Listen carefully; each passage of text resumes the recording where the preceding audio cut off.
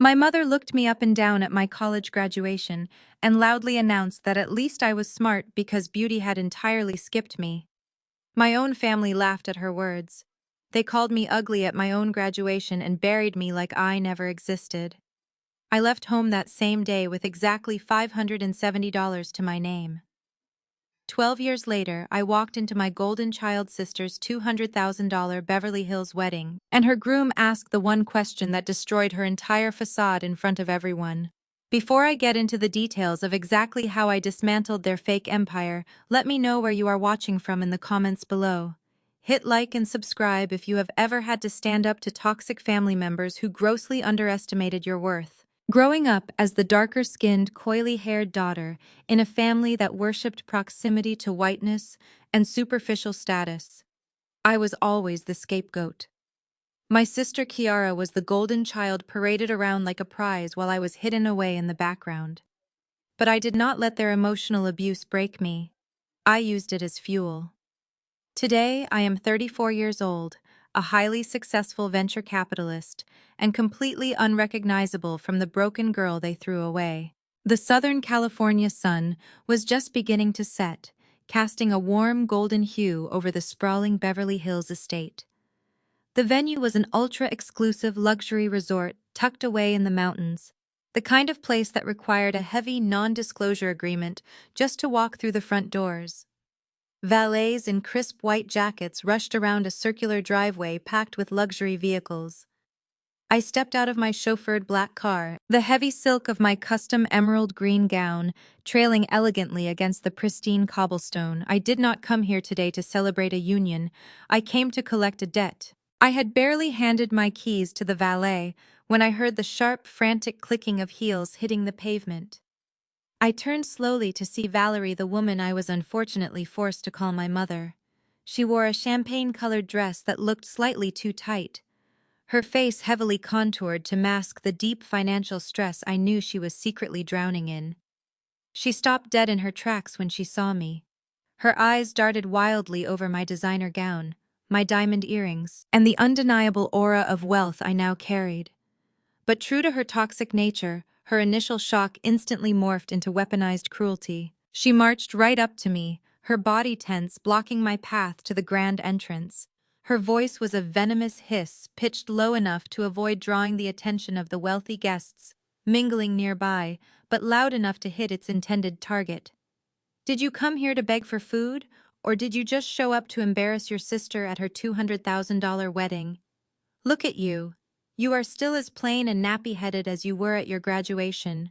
You do not belong here. Go back to whatever cheap apartment you crawled out of before Kiara's new in-laws see you and realize we are related to a failure." 12 years ago, those exact words would have shattered my spirit. 12 years ago, I stood in a cheap, poorly fitted graduation gown, while Kiara paraded around the campus in designer clothes bought with the college fund Valerie had stolen from me. I had cried then, begging for just an ounce of a mother's love. Today I just smiled. The valet, a young man who had just finished parking my car, nervously stepped forward to hand me my claim ticket. I reached into my clutch, pulled out a crisp $100 bill, and pressed it into his hand without ever breaking eye contact with Valerie. "Actually, Valerie," I replied, my voice remarkably steady and smooth as glass, "I did not come to beg for anything. I brought exactly $570 with me today." Does that specific number ring a bell in your head? Because it really should. That is the exact amount of money you left me with when you kicked me out of the house 12 years ago. You told me I was useless. You told me I would never amount to anything without your charity. So I brought it back. I just wanted to see what you managed to do with your favorite daughter in all that time. From the looks of this rented venue and the sheer desperation in your eyes, I would say things are not going nearly as well as Kiara's Instagram account suggests. Valerie's jaw clenched tightly, the veins in her neck strained against her heavy makeup. She opened her mouth to scream, ready to cause the kind of chaotic, humiliating public scene she always used to keep me in line when I was a teenager. She even raised her hand slightly, perhaps forgetting for a split second that I was no longer the frightened girl she used to bully into submission. But before she could utter a single word, the heavy oak doors of the venue swung wide open. A loud group of people spilled out onto the terrace. At the center of the crowd was the groom, Preston.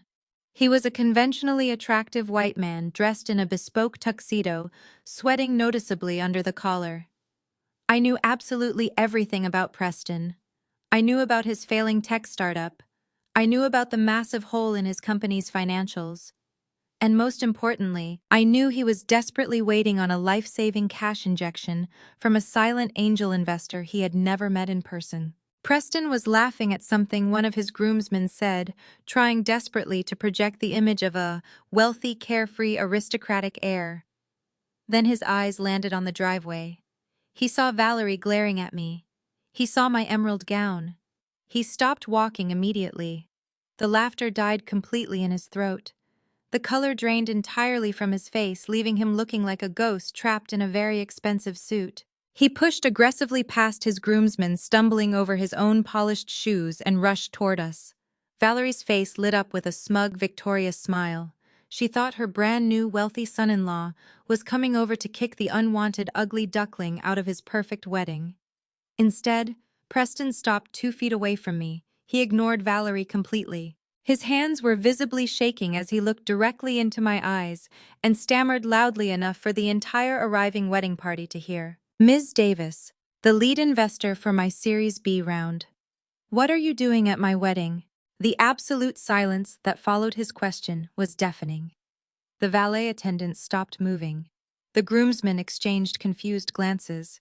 Preston stood there, his mouth slightly open, waiting for a response that would somehow make this a bizarre misunderstanding. But before I could even part my lips to answer him, the heavy wooden doors of the venue burst open again. Out rushed Kiara. She was drowning in a ridiculous amount of white tulle and hand-sewn pearls, struggling to hold up the heavy skirt of a dress that cost more than most people's annual salary. Her flawless makeup was already beginning to crack under the sheer panic on her face. She had obviously heard the commotion from the lobby. As soon as her eyes locked onto mine, the blood drained from her cheeks. She looked like a deer caught in the headlights of a very expensive car. Valerie, realizing that her perfect fantasy was rapidly unraveling in front of her wealthy new-in-laws, immediately snapped into survival mode. She let out a high-pitched, entirely forced laugh that echoed awkwardly across the cobblestone driveway. She grabbed Preston's arm, attempting to pull him away from me while physically placing herself between us. "Oh, Preston, honey, you must be confused," Valerie chirped, her voice dripping with a sickly sweet fake Southern charm she only used around white people with money. "This is not an investor. This is just my estranged daughter, Chloe. She has always had a very vivid imagination and a severe jealousy problem. Kiara has tried so hard to include her in the family, but Chloe has always been deeply unwell. She probably works as an assistant at whatever firm you are dealing with and stole some files to come here and cause a scene. You know how desperate some people get for attention." Right on cue, Preston's parents emerged from the crowd. Richard and Eleanor were the picture of old money arrogance. Eleanor wore a stiff silver gown that matched her icy demeanor, while Richard stood tall in a custom-tailored suit, his nose turned up as if the very air around us was beneath his standards. They had spent the entire weekend looking down on Valerie and Kiara, but right now they found a common enemy in the dark-skinned woman standing confidently on the driveway. Eleanor adjusted her diamond necklace and looked at me with undisguised disgust. "Well, this is highly inappropriate," she said, her tone sharp and condescending. "I do not care what kind of petty sibling rivalry you have going on, young lady, but showing up to my son's wedding uninvited to harass him is completely unacceptable. It speaks volumes about your character and your clear lack of proper upbringing." Richard stepped up beside his wife, puffing his chest out. He looked me up and down, zeroing in on my natural hair and the undeniable confidence I refused to shrink. "I deal with people like you all the time in the corporate world," Richard sneered. "You get a little entry-level job, maybe answer a few important phone calls, and suddenly you think you can walk into rooms you do not belong in. Your aggressive attitude is exactly why you will never be anything more than an assistant. I highly suggest you turn around and leave before I have the authorities remove you from the premises." Kiara stood behind them, nodding eagerly, hiding in the shadow of their white privilege. She looked at me with a smug, silent warning, silently begging me to back down and let her keep her lies intact. Valerie crossed her arms, looking triumphant. They genuinely thought they had won. They thought that by using Richard's authority and Eleanor's microaggressions, they could bully me back into the silent, obedient scapegoat I used to be. I did not raise my voice. I did not scowl. I simply smiled, a cold, calculated smile that made Preston's hands start shaking again. I reached into my designer clutch and pulled out my sleek, ultra-thin tablet. The screen glowed softly in the fading evening light. I bypassed Valerie, ignored Richard and Eleanor completely, and stepped directly into Preston's personal space. "Preston," I said, my voice smooth and lethal. "Your parents seem to think I am a secretary who wandered off the street. So why do you not tell them exactly whose signature is required to authorize the $5 million wire transfer scheduled for Monday morning?" Preston swallowed hard. His eyes were glued to the tablet in my hand. I tapped the screen twice, bringing up the finalized term sheet for his tech startup. It was the exact document he had been desperately negotiating for 6 months. It was the only thing standing between him and total bankruptcy. I turned the screen toward him. Valerie tried to snatch the tablet from my hand, yelling that I was forging documents, but my security detail stepped out from the shadows of my vehicle so fast she nearly tripped over her own heels, backing away. I held the tablet steady. "Read it, Preston," I commanded. Preston leaned in, his eyes darting frantically across the digital pages. Eleanor scoffed loudly, telling her son to stop entertaining this nonsense and come inside. But Preston could not move. His breathing grew shallow. He was not looking at a fake document. He was looking at his own financial salvation held firmly in the hands of the woman his new family was currently insulting. I scrolled down to page 42 of the contract.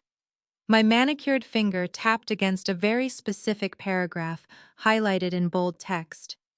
The morality and discretionary withdrawal clause. "What does that section say, Preston?" I asked softly.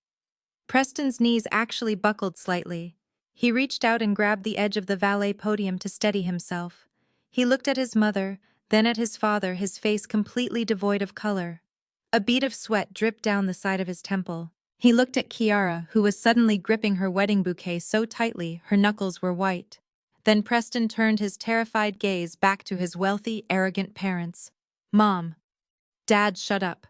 Preston choked out, his voice cracking with absolute terror. "Just shut up. If she pulls out, we lose the company by Monday." Richard staggered backward as if he had been physically struck.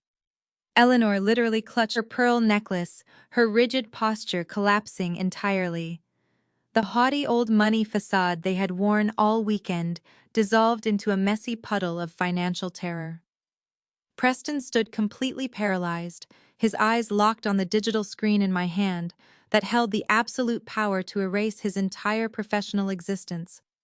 The silence in the driveway was so thick it felt suffocating.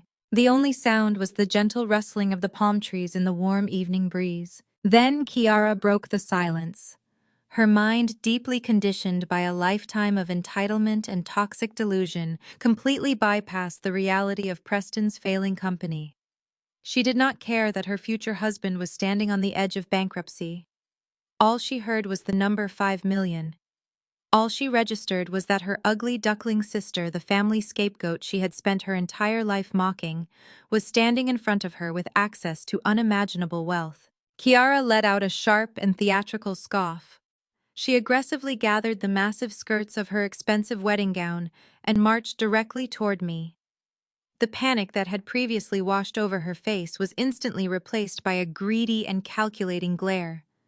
She looked me up and down, no longer seeing a sister to humiliate, but an automated teller machine to drain. Valerie, sensing the shift in her golden child strategy, immediately puffed out her chest and stepped right up beside her, forming their usual united front of manipulation. "If you really have that kind of money to just throw around, then prove it," Kiara demanded, her voice shrill and echoing off the grand stone pillars of the entrance. "Do not just stand there holding a tablet trying to ruin my perfect day. The caterers are refusing to open the grand ballroom doors because there is a remaining balance on the premium seafood stations. If you are supposedly this big-shot venture capitalist, now you can pay the remaining $85,000 catering bill." Consider it your apology for showing up uninvited and ruining the family photos. I looked at her, genuinely amazed by the sheer audacity. She was standing next to a groom who was actively hyperventilating about losing his company, yet her only concern was extorting me for expensive appetizers. Valerie nodded eagerly in agreement, completely abandoning her previous narrative about me being a delusional assistant. Kiara is exactly right, Valerie chimed in, pointing a manicured finger at my face. You owe this family, Chloe. We put a roof over your head for 18 years. You walking in here and taking care of this tiny little bill is the absolute least you can do to show some respect to your sister on her special day. I slowly lowered the tablet, sliding it back into my designer clutch. I let a cold, quiet laugh escape my lips. The audacity of these two women was a masterclass in psychological manipulation. I owe you, I asked, my voice dangerously low and steady. You want me to pay for your luxury catering? Tell me. Kiara, is this exactly like the time I owed you the $1,200 I saved from working double shifts at the diner? The money you stole directly out of my checking account during my freshman year of college, just so you could buy a pair of designer red-bottom heels for a yacht party. Kiara's face twitched. The wealthy guests standing nearby began to whisper among themselves. I did not break eye contact. I remember crying in the kitchen because I could not afford my biology textbooks. I continued my words, slicing through the tense air like a scalpel. And I remember you, Valerie, telling me to stop being so dramatic because your beautiful golden child needed to look presentable to find a rich husband. Well, it looks like she found her rich husband, so let him pay for the shrimp cocktail. Preston closed his eyes, looking violently ill at the mention of him paying for anything. Richard and Eleanor looked entirely mortified, stepping slightly away from Valerie as if her toxic behavior was highly contagious. Kiara turned a deep shade of crimson. Her ego, bruised and bleeding in front of her wealthy in-laws, violently took the wheel.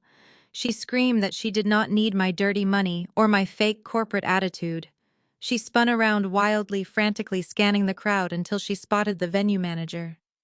He was a distinguished man in a dark suit standing nervously near the valet podium with a handheld payment terminal, clearly waiting for someone to settle the delinquent account before the reception could officially begin. Kiara aggressively snapped her fingers at him, demanding he step forward immediately.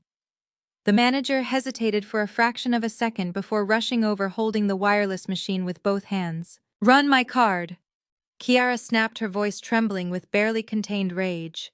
She reached into the bodice of her wedding gown and pulled out a heavy metal platinum card, holding it up high for me, Preston, and his arrogant parents to see.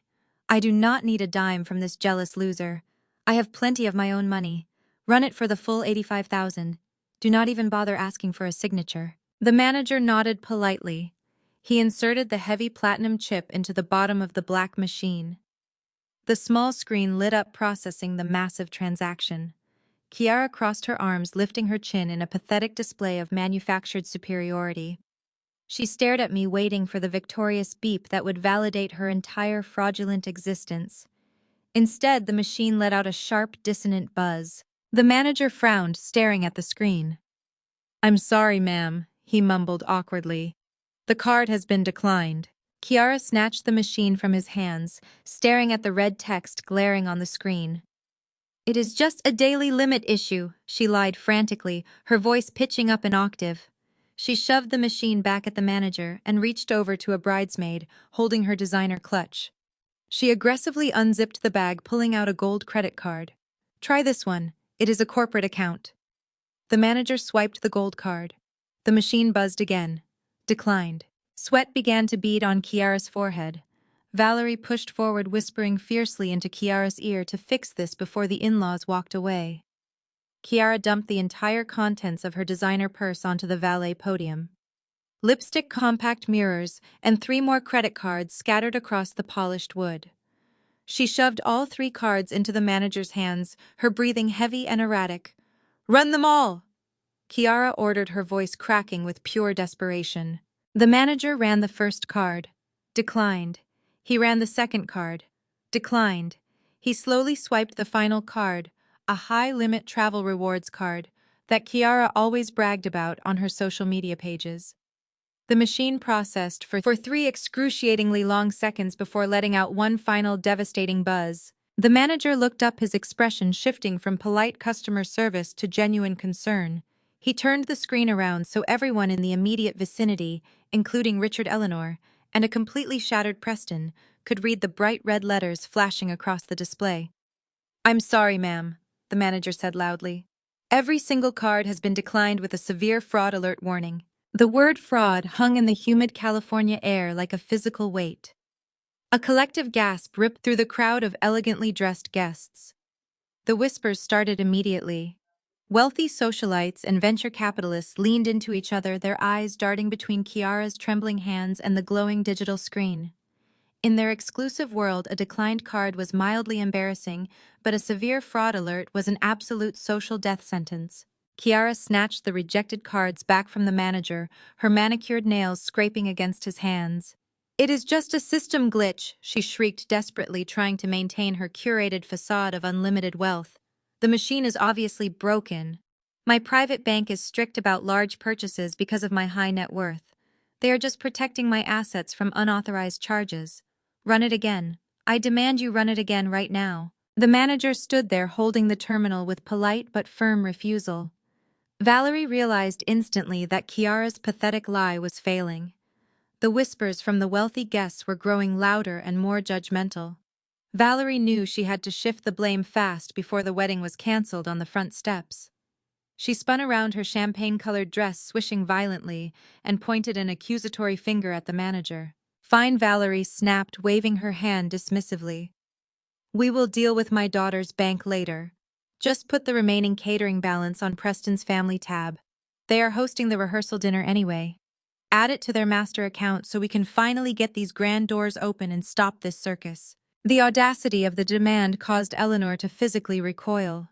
Her stiff silver gown shimmered under the driveway lights as she stepped forward, her face flushed with unrestrained outrage.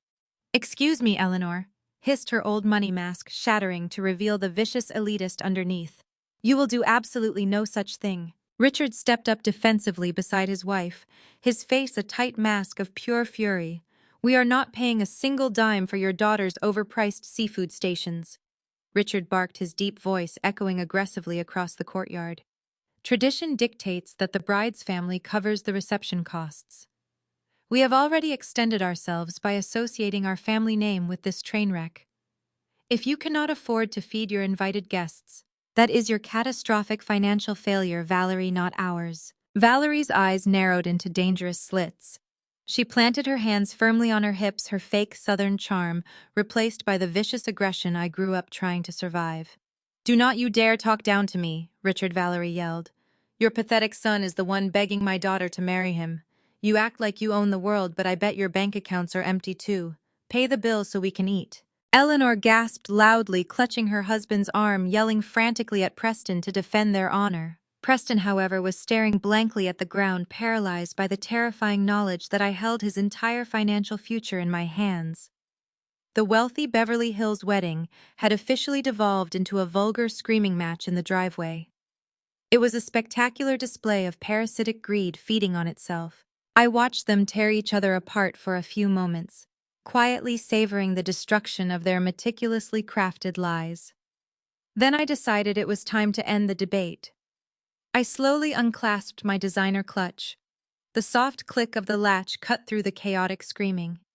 I reached inside and pulled out a heavy matte black titanium card. It was an exclusive status symbol that required a minimum 8-figure liquid balance just to maintain. I extended my arm toward the venue manager. The manager, who was trying to back away from the escalating match between Valerie and Eleanor, stopped dead in his tracks. He recognized the distinct texture of the metal card immediately. He hurried over to me, bowing his head slightly in a display of genuine deference that made Valerie's jaw drop. "I will cover the $85,000 catering balance," I said calmly, my voice steady and commanding. "And I will also cover the premium open bar tab for the entire evening. Go ahead and run it." Kiara stopped screaming. Eleanor and Richard fell silent. They stared at the small black rectangle in my hand, as if it were a glowing alien artifact. The manager took the card with both hands. He inserted it into the bottom of the wireless terminal. There was absolutely no hesitation. The machine chimed, instantly printing a remarkably long receipt that confirmed the massive transaction was approved without a single issue. The manager ripped the receipt from the machine and handed it directly to me along with my card. "Thank you so much, Ms. Davis," he said, his voice trembling slightly with respect. "The grand ballroom is now fully paid for. Shall I instruct the staff to open the doors for the waiting guests?" I slipped the black card back into my clutch and snapped it shut. "Yes," I replied smoothly. "But before you do that, I need you to do me one very small favor. I want you to walk over to that valet podium, pick up the microphone they use for parking announcements, and read the exact name of the limited liability company that is printed at the very top of that merchant receipt. Read it loudly, so every single person here can hear you clearly." The manager walked directly to the podium, picked up the microphone and tapped it once. The sharp feedback silenced any remaining murmurs in the crowd. Kiara Valerie Preston and his parents stared at him in breathless anticipation. The manager cleared his throat and spoke directly into the mic, his voice booming powerfully over the outdoor sound system. "Ladies and gentlemen," the manager announced, reading directly from the small slip of paper, "we apologize for the brief delay. The catering balance has been completely settled. This luxury venue is proudly owned and operated by CD Holdings LLC. Please enjoy your evening." The crowd was completely silent. Valerie frowned deeply, trying to piece the letters together in her head. Kiara looked directly at me, her eyes widening in absolute horror as the devastating realization finally hit her. I took a slow, deliberate step forward, effortlessly commanding the attention of every single person present. I raised my right hand and gently tapped my index finger against my chest. "CD," I said, my voice carrying effortlessly through the quiet evening air. "Chloe Davis, I own the building you are standing in." The silence that followed my declaration was absolute. It was the kind of heavy, suffocating quiet that only occurs when a fundamental truth of the universe is suddenly flipped upside down. Richard and Eleanor looked as though they had been physically struck by lightning. Their aristocratic posture completely collapsed. Kiara stood frozen, her eyes wide, her mouth opening and closing like a fish suffocating on dry land. The reality that her entire luxury wedding was being hosted on property I exclusively owned was completely short-circuiting her brain. But Valerie was a different breed of toxic. While the rest of the wealthy attendees processed the shock, I watched my mother's face cycle through a rapid series of emotions. Shock faded into confusion. Confusion melted into calculation, and calculation immediately crystallized into pure, unadulterated greed. The predatory glint in her eyes returned, shining brighter than the crystal chandeliers visible through the glass doors of the lobby. She completely abandoned her previous narrative about me being a pathetic, jealous assistant. Instead of feeling a shred of humility or shame for her earlier cruelty, Valerie aggressively smoothed down the front of her champagne-colored dress and took a bold step toward me. She plastered on a sickeningly proud smile, opening her arms as if she were a loving matriarch, welcoming her prodigal daughter home. "Well, praise the Lord," Valerie announced loudly, ensuring her voice carried over the stunned whispers of the crowd. "Look at what my discipline and tough love have produced. I always knew pushing you out of the nest was the right thing to do, Chloe. You clearly needed that extra motivation to succeed. And look at you now, owning a Beverly Hills estate. This is exactly what family is all about, building wealth together." I did not step into her embrace.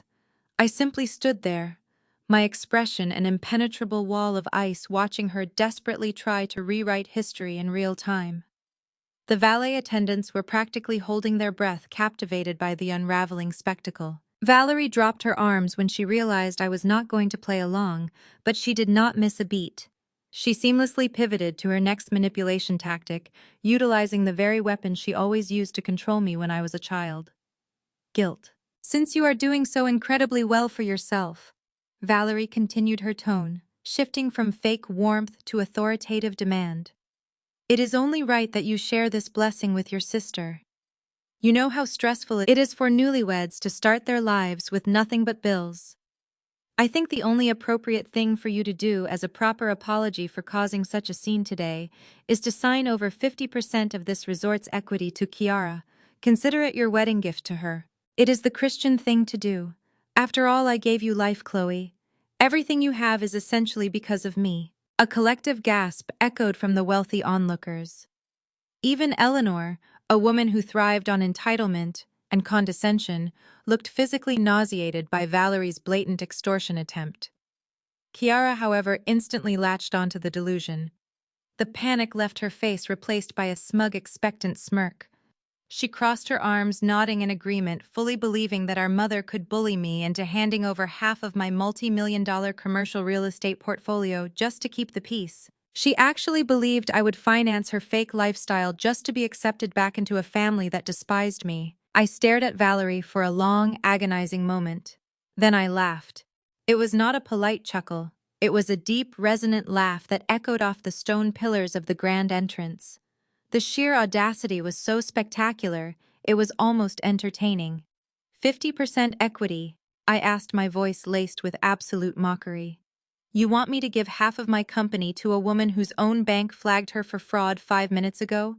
And you think you have the maternal authority to demand it? I am your mother. Valerie hissed, her fake smile finally cracking to reveal the seething anger underneath. Her hands balled into tight fists at her sides. You owe me respect. You owe this family your success. You lost the right to call yourself my mother the day you threw me onto the street with $500 while you bought Kiara a brand new car. I fired back, my voice suddenly dropping an octave, cutting through the warm evening air like a sharpened blade. And speaking of fraud, let us talk about exactly why you are so desperate for me to hand over my assets. Let us talk about why your own credit is currently locked, Valerie. Let us talk about the real reason you are frantically trying to secure cash right now. Valerie froze. The color drained out of her heavily contoured face so fast she looked sickly. The aggressive posture she had held a moment ago vanished, replaced by genuine, unadulterated fear. Did you really think my security team would not flag an unauthorized hard inquiry on my social security number? I asked smoothly, taking a slow, deliberate step toward her. Did you genuinely believe you could forge my signature on a commercial loan application 6 months ago and I would not find out? You tried to leverage my pristine credit history to secure a massive personal loan because you are secretly drowning in debt. You thought because I was your daughter, you could steal my identity and I would just quietly absorb the financial blow. But I am not that scared little girl anymore. My legal team locked your entire financial identity down within 24 hours. That is the real reason you are wearing a dress from last season, Valerie. That is the real reason you are begging me for equity in front of 200 strangers. You are completely bankrupt. The guests erupted into a frenzy of whispers. Richard and Eleanor backed away from Valerie as if she were holding a live grenade. Attempted identity theft was not just a social faux pas. In their world, it was a filthy, unforgivable crime that carried severe federal penalties. That is a lie!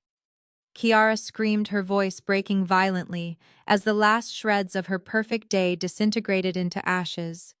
She is making it up. Tell them she is lying, Mom. Tell them she is just a jealous liar trying to ruin my life. Valerie could not speak. Her mouth opened and closed, but no sound came out. She looked wildly around the courtyard, realizing that every single person, including her wealthy new in-laws, was staring at her with absolute disgust. The silence from Valerie was the ultimate admission of guilt. Kiara spun around frantically, her heavy white dress tangling around her legs, making her stumble on the pristine cobblestone. She reached out desperately for the one person who was supposed to protect her, the man whose wealth she had planned to leech off of for the rest of her life.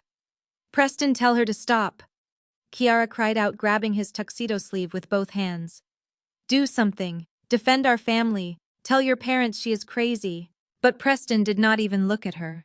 He violently yanked his arm out of her grasp, stepping away from her as if her touch burned his skin. I was staring down at his phone, his thumbs flying aggressively across the screen. He was not looking at his beautiful bride. He was not processing the family drama of the wedding.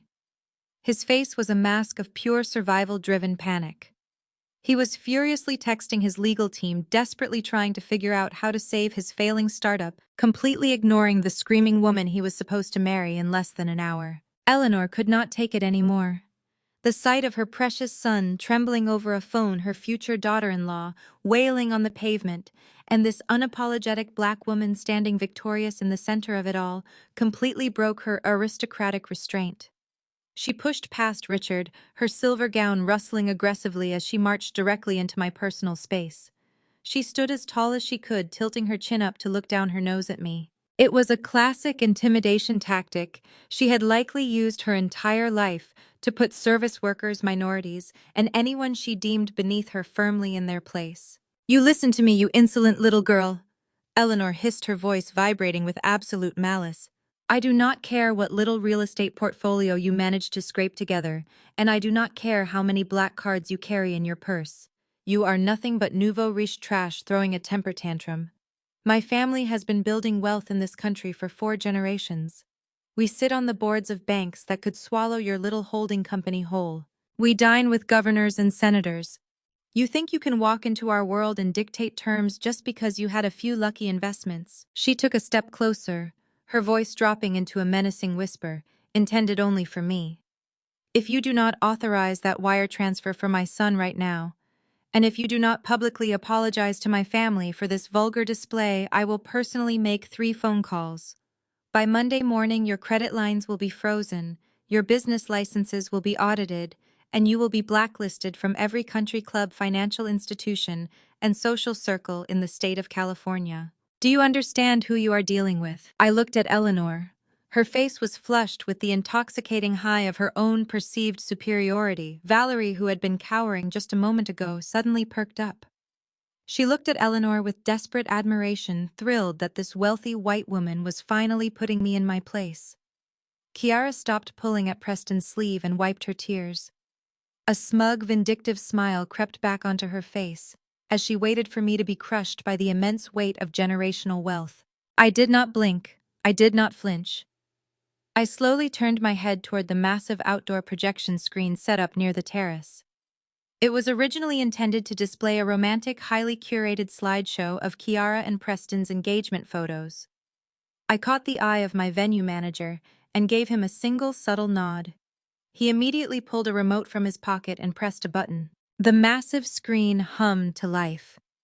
But instead of perfectly edited pictures of the happy couple in Paris, the projector illuminated the Beverly Hills twilight with a sterile, highly detailed government webpage. The words "Los Angeles County Public Registry" flashed across the top in bold black letters. The harsh white light of the screen cast long shadows across the stunned faces of the wedding guests. "I know exactly who I am dealing with, Eleanor," I said, my voice echoing loudly and clearly in the tense silence. "The real question is, does anyone else?" I pointed an impeccably manicured finger at the glowing screen. Eleanor turned her head. Richard stepped forward, his eyes narrowing as he frantically tried to read the text. The document displayed was a formal notice of default. Below it were 3 separate tax liens, each totaling hundreds of thousands of dollars, highlighted in bright, unforgiving red. "You talk a lot about generational wealth, Eleanor." I continued, projecting my voice so every single wealthy guest, valet, and caterer could hear the absolute truth. "You brag about your 4 generations of status and your political connections. So why exactly does the county registry show that your historic family estate in Pasadena has been in active pre-foreclosure for the past 24 months? Richard let out a strangled gasp. Eleanor literally stumbled backward, her hand flying to her chest as if she had been physically shot. The color completely drained from her face, leaving her looking hollow and aged. "Wait, what does that mean?" Kiara asked, her voice trembling as her eyes darted between the massive screen and Eleanor. "Preston, what is she talking about? What is a notice of default?" "It means they are flat broke, Kiara," I answered for him, my tone dripping with absolute satisfaction. "It means Eleanor and Richard have not paid the mortgage on their multi-million-dollar mansion in 2 years. It means they are currently drowning in over $4 million of debt, and the bank is scheduled to auction off their property at the very end of this month. Those 3 phone calls Eleanor just threatened to make, they would probably be to debt collectors begging for another extension." The crowd erupted. The whispers turned into outright gasps and murmurs of pure shock. The socialites who had been judging Kiara just moments ago were now staring at Eleanor and Richard with sheer, unadulterated horror. In their elite circle, being obnoxious was tolerated, but being poor was a contagious disease. "Turn that off right now!" Richard roared, his face turning a dangerous shade of purple.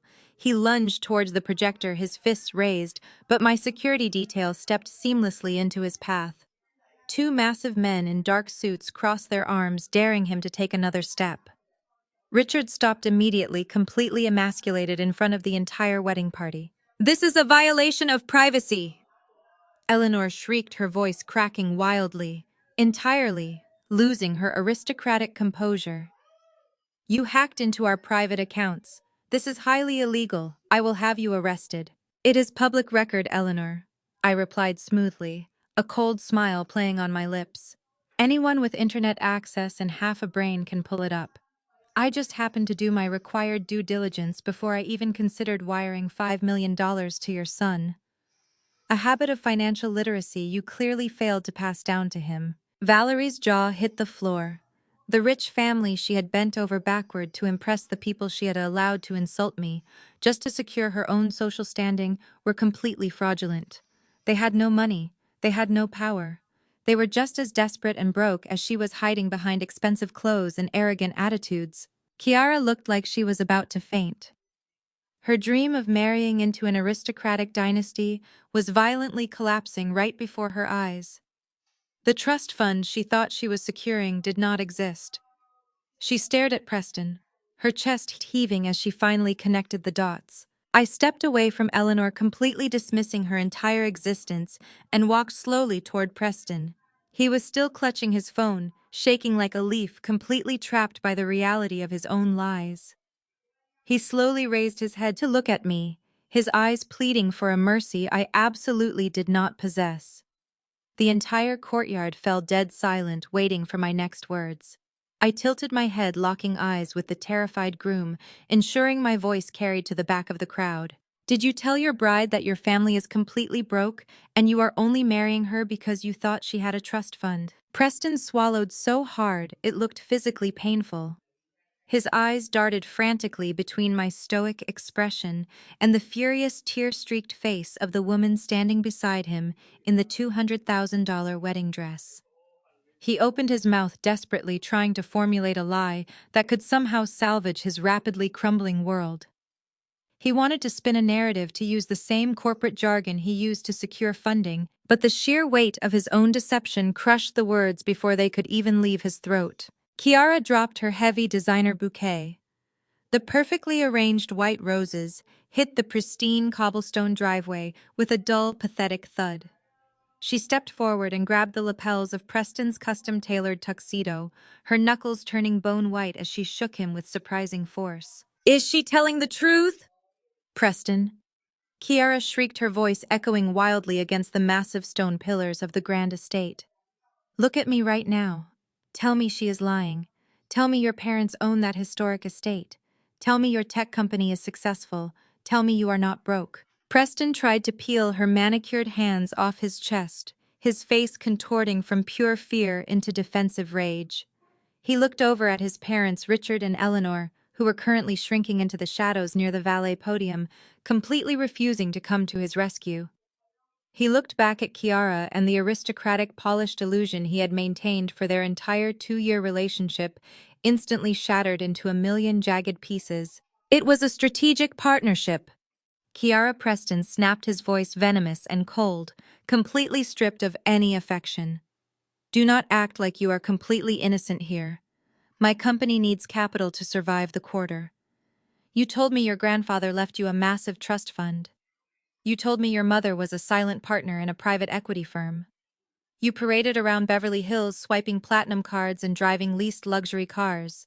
You presented yourself as an heiress. I needed an infusion of cash, and you were supposed to be my safety net." The collective gasp from the wealthy wedding guests was significantly louder this time. The socialites and venture capitalists, who had been enjoying the free champagne, suddenly realized they were witnessing the total public annihilation of two massive parasitic frauds. Kiara stumbled backward as if she had been physically shoved.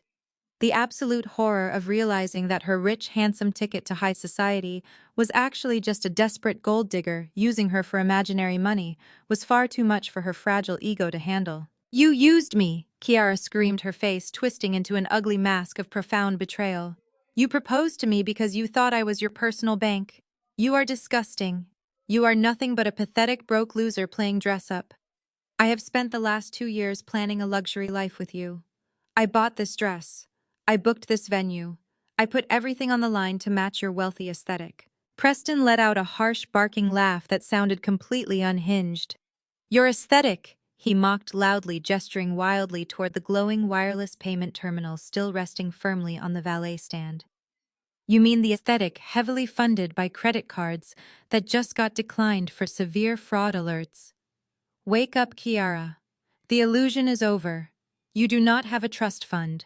Your mother just tried to extort half of this resort from the sister you claimed was a delusional assistant. You are not an heiress. You are a complete fraud drowning in high-interest debt. You are just as broke and desperate as I am. Valerie, who had been standing frozen in shock, suddenly snapped back to reality. The realization that her golden child was not marrying into a billionaire dynasty, but instead tethering herself to a sinking financial ship triggered a visceral, chaotic reaction. The mother who had spent her entire life worshipping proximity to wealth realized she had been thoroughly outplayed by a white-collar con artist. "How dare you speak to my daughter that way?" Valerie roared. She lunged forward, her champagne-colored dress practically tearing at the seams as she moved. "We trusted you. We welcomed you into our family. You lied to us. You manipulated my beautiful girl. You are a disgusting predator." Preston did not back down. He pointed a shaking finger directly at Valerie's highly contoured face. "You welcomed my bank account into your family, Valerie," he spat aggressively. "You sat at my parents' dinner table and bragged about your offshore accounts. You are both pathological liars. You trapped me in this ridiculous circus just as much as I trapped you. I am calling this entire wedding off right now. I would rather file for bankruptcy on Monday than spend the rest of my life tied to a fake socialite and her insane gold-digging mother." The words had barely left his mouth before Kiara violently reacted. Driven by pure, unadulterated humiliation, she raised her hand and slapped Preston directly across the face. The sharp crack echoed through the driveway like a gunshot. Preston's head snapped violently to the side. A bright red handprint instantly bloomed across his pale cheek. Preston cursed loudly and grabbed Kiara's wrist, shoving her backward to defend himself. Kiara lost her footing in her massive heels and tumbled backward into the manicured hedges, her pristine white gown catching on the branches and tearing loudly. Valerie let out a blood-curdling scream. Seeing her golden child pushed into the dirt was the absolute final straw. She completely abandoned any lingering pretense of high society elegance. Valerie threw herself at Preston, grabbing a fistful of his perfectly styled hair and using her other hand to scratch wildly at his face. Preston yelled in pain, struggling to push the furious woman off him. Richard and Eleanor started screaming for the police. The elegant Beverly Hills wedding had officially devolved into a vulgar physical street brawl. The wealthy guests backed away in absolute horror, pulling out their phones to record the spectacular downfall of the fake aristocrats. I stood a few feet away, watching the two people who had made my childhood a living hell tear each other to shreds. They were finally experiencing the exact same humiliation and abandonment they had subjected me to for 18 years. It was absolute poetry in motion. However, I had not spent 12 years building an empire just to watch them pull each other's hair in my driveway. The real punishment had not even begun. I gave a sharp whistle. My security team, a group of highly trained professionals who had been waiting in the wings, immediately surged forward. They moved with terrifying efficiency. Two massive guards grabbed Valerie by the arms, effortlessly peeling her off the bleeding groom and restraining her against the side of the valet podium. A third guard stepped between Preston and the bushes, forming an impenetrable human wall. Preston was hyperventilating, wiping blood from a deep scratch on his cheek. Valerie was thrashing wildly against the guards, screaming obscenities. Kiara was sitting in the dirt, sobbing hysterically as she tried to salvage the torn pieces of her ruined designer gown. The courtyard fell silent again, save for Kiara's pathetic weeping. The physical violence had been neutralized, but the emotional devastation was just beginning. I slowly walked over to the valet podium, ignoring Valerie's furious glare. I reached out and picked up the microphone the manager had left resting on the stand. I tapped the metal grate once. The sharp feedback instantly commanded the attention of every single person present. I looked down at Kiara, then over at Preston, and finally rested my cold gaze on my mother. Now that the romance is dead, I said smoothly, let us talk about the debt. I held the microphone loosely in my hand for a moment longer, letting the sheer weight of my words settle over the stunned crowd. I turned my head slightly and gave another subtle nod to my lead security guard. He immediately reached into the interior pocket of his tailored suit jacket and pulled out a thick, heavy manila folder.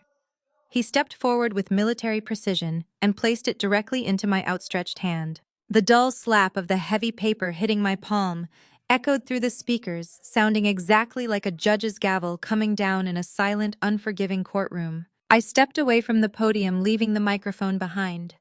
I did not need artificial amplification anymore. The absolute silence of the 200 wealthy guests was more than enough. I walked slowly toward Kiara, who was still sitting in the dirt of the manicured hedges, clutching the ripped tulle of her ruined designer gown. She stared up at the folder in my hand, her tear-streaked face twisting in fresh, unadulterated panic. You told Preston you were a wealthy heiress. I began, my voice cold and echoing off the grand stone facade of the resort. You told his arrogant parents that you came from generational wealth. So I want you to tell them right now, Kiara.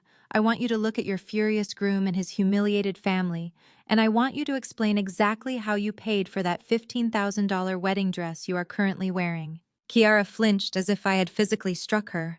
She looked away, her eyes darting toward Valerie, who was still pinned against the valet stand by my security team.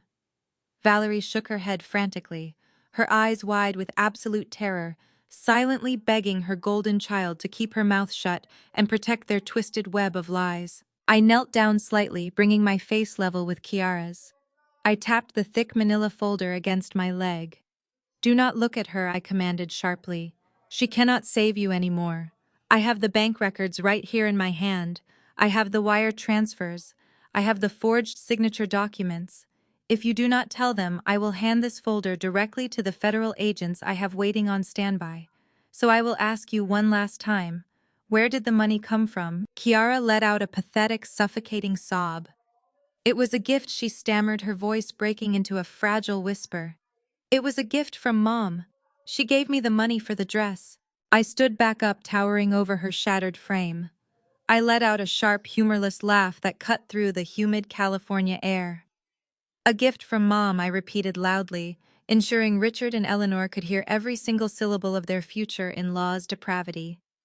That is a truly fascinating way to describe stealing from a dead woman. The crowd erupted into a fresh wave of horrified gasps. Eleanor literally swayed on her feet, grabbing her husband's arm with trembling hands just to keep from collapsing onto the cobblestone. Preston took a massive step back, staring at his bride with an expression of pure, unfiltered disgust. Tell them the entire truth, Kiara. I demanded, my voice rising with a righteous fury I had kept buried inside my chest for over a decade. Tell them how you and Valerie secretly cashed out Grandma's life insurance policy 6 months ago. Tell them how you drained the exact account she specifically set up to pay for my medical bills when I was lying in a hospital bed at 19 years old, fighting a severe infection. Kiara buried her face in her hands, sobbing hysterically into her lap. She could not formulate a single word to defend herself. Her pathetic silence was the ultimate confession. Valerie began thrashing wildly against the security guards again, completely losing her mind. You have no right to bring that up. Valerie screamed, her fake Southern charm completely obliterated by cornered desperation. That money belonged to the family. Kiara deserved a beautiful wedding. You were always so incredibly selfish, Chloe. You never cared about your sister's happiness. I turned my deadly gaze toward the woman who gave birth to me. Selfish, I asked smoothly, stepping toward her. You left me drowning in medical debt. I had to work 3 manual labor jobs just to keep the lights on while recovering from a massive surgery, while you two took a luxury vacation to Hawaii using the exact same funds. You stole the only safety net Grandma left me, and you used it to buy a beaded white dress, so your favorite daughter could trap a fake millionaire in a fraudulent marriage. The absolute depravity of the situation finally broke the last remaining thread of Richard and Eleanor's old money composure. Richard stormed forward, his face a mask of furious aristocratic outrage. He completely ignored Valerie and marched directly up to Preston. "We are leaving right this second," Richard roared, grabbing his son's shoulder with a vice-like grip. "This family is a complete circus of common criminals. They are broke, they are fraudsters, and they steal from their own sick relatives. I will not have our family name dragged through the mud of this inevitable federal investigation. Call off this pathetic wedding right now, Preston. We are walking away from these disgusting people, and we are never looking back." Preston nodded frantically, looking incredibly relieved that his father was giving him an easy exit strategy. He wiped the dried blood from his scratched cheek and turned his back on Kiara, who was still sobbing pitifully on the ground. He adjusted his torn tuxedo jacket, desperately trying to salvage whatever tiny scrap of dignity he had left, and started to walk rapidly toward the grand driveway gates. I watched them take exactly 3 steps toward their cowardly escape. I did not yell. I did not chase them. I simply unclasped the metal fastener on the manila folder and pulled out a single sheet of heavy legal paper. I smiled coldly, a predatory grin that made the hair on the back of my neck stand up. "You cannot leave, Richard," I said. Richard stopped dead in his tracks. He turned around, his chest puffed out with indignant rage. "Excuse me," he barked loudly. "You do not dictate what my family does. We have absolutely nothing to do with this fraudulent wedding or these insane women." I held up the single sheet of paper, letting the security lights illuminate the heavy black text. "Actually, Richard, you have absolutely everything to do with it," I replied, my voice dripping with absolute satisfaction. "Because your brilliant son did not just lie about his company metrics to secure my $5 million investment. He desperately needed a massive bridge loan to keep his servers running for the last 30 days while he waited for my wire transfer to clear." Preston's face went completely ashen. He stopped breathing entirely. "And since his corporate credit is completely maxed out and your historic family estate is in foreclosure," I continued, slowly twisting the knife deep into their arrogant chests, "your son took out a highly illegal, unregulated personal loan from a very aggressive private lender. And do you want to know what collateral he put down to secure that massive loan, Richard?" I took 2 deliberate steps forward, looking directly into Richard's terrified eyes. "Your son used this wedding as collateral," I stated flawlessly. "He signed a legally binding contract stating that the lavish wedding gifts, the expected cash envelopes, and the imaginary trust fund of his bride would be immediately seized to repay the debt. But since there is no trust fund, and there will obviously be no wedding, your son is currently in default. And unfortunately for you, Richard, I bought that exact debt this morning. So nobody is walking out of this driveway until I get my money." The sheer weight of that statement anchored Richard and Preston to the cobblestone like heavy iron chains. Preston looked as though he was about to physically collapse, his breathing shallow and rapid. Richard's face flushed a deep, dangerous crimson, but he did not take another step toward the exit. They were completely trapped.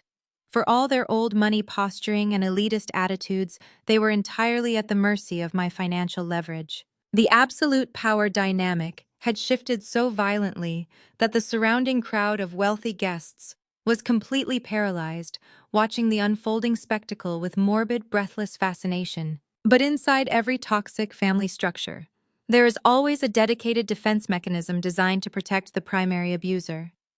When the main manipulator is cornered and out of options, the enablers are automatically deployed to restore the twisted status quo. A sudden commotion broke out near the valet podium.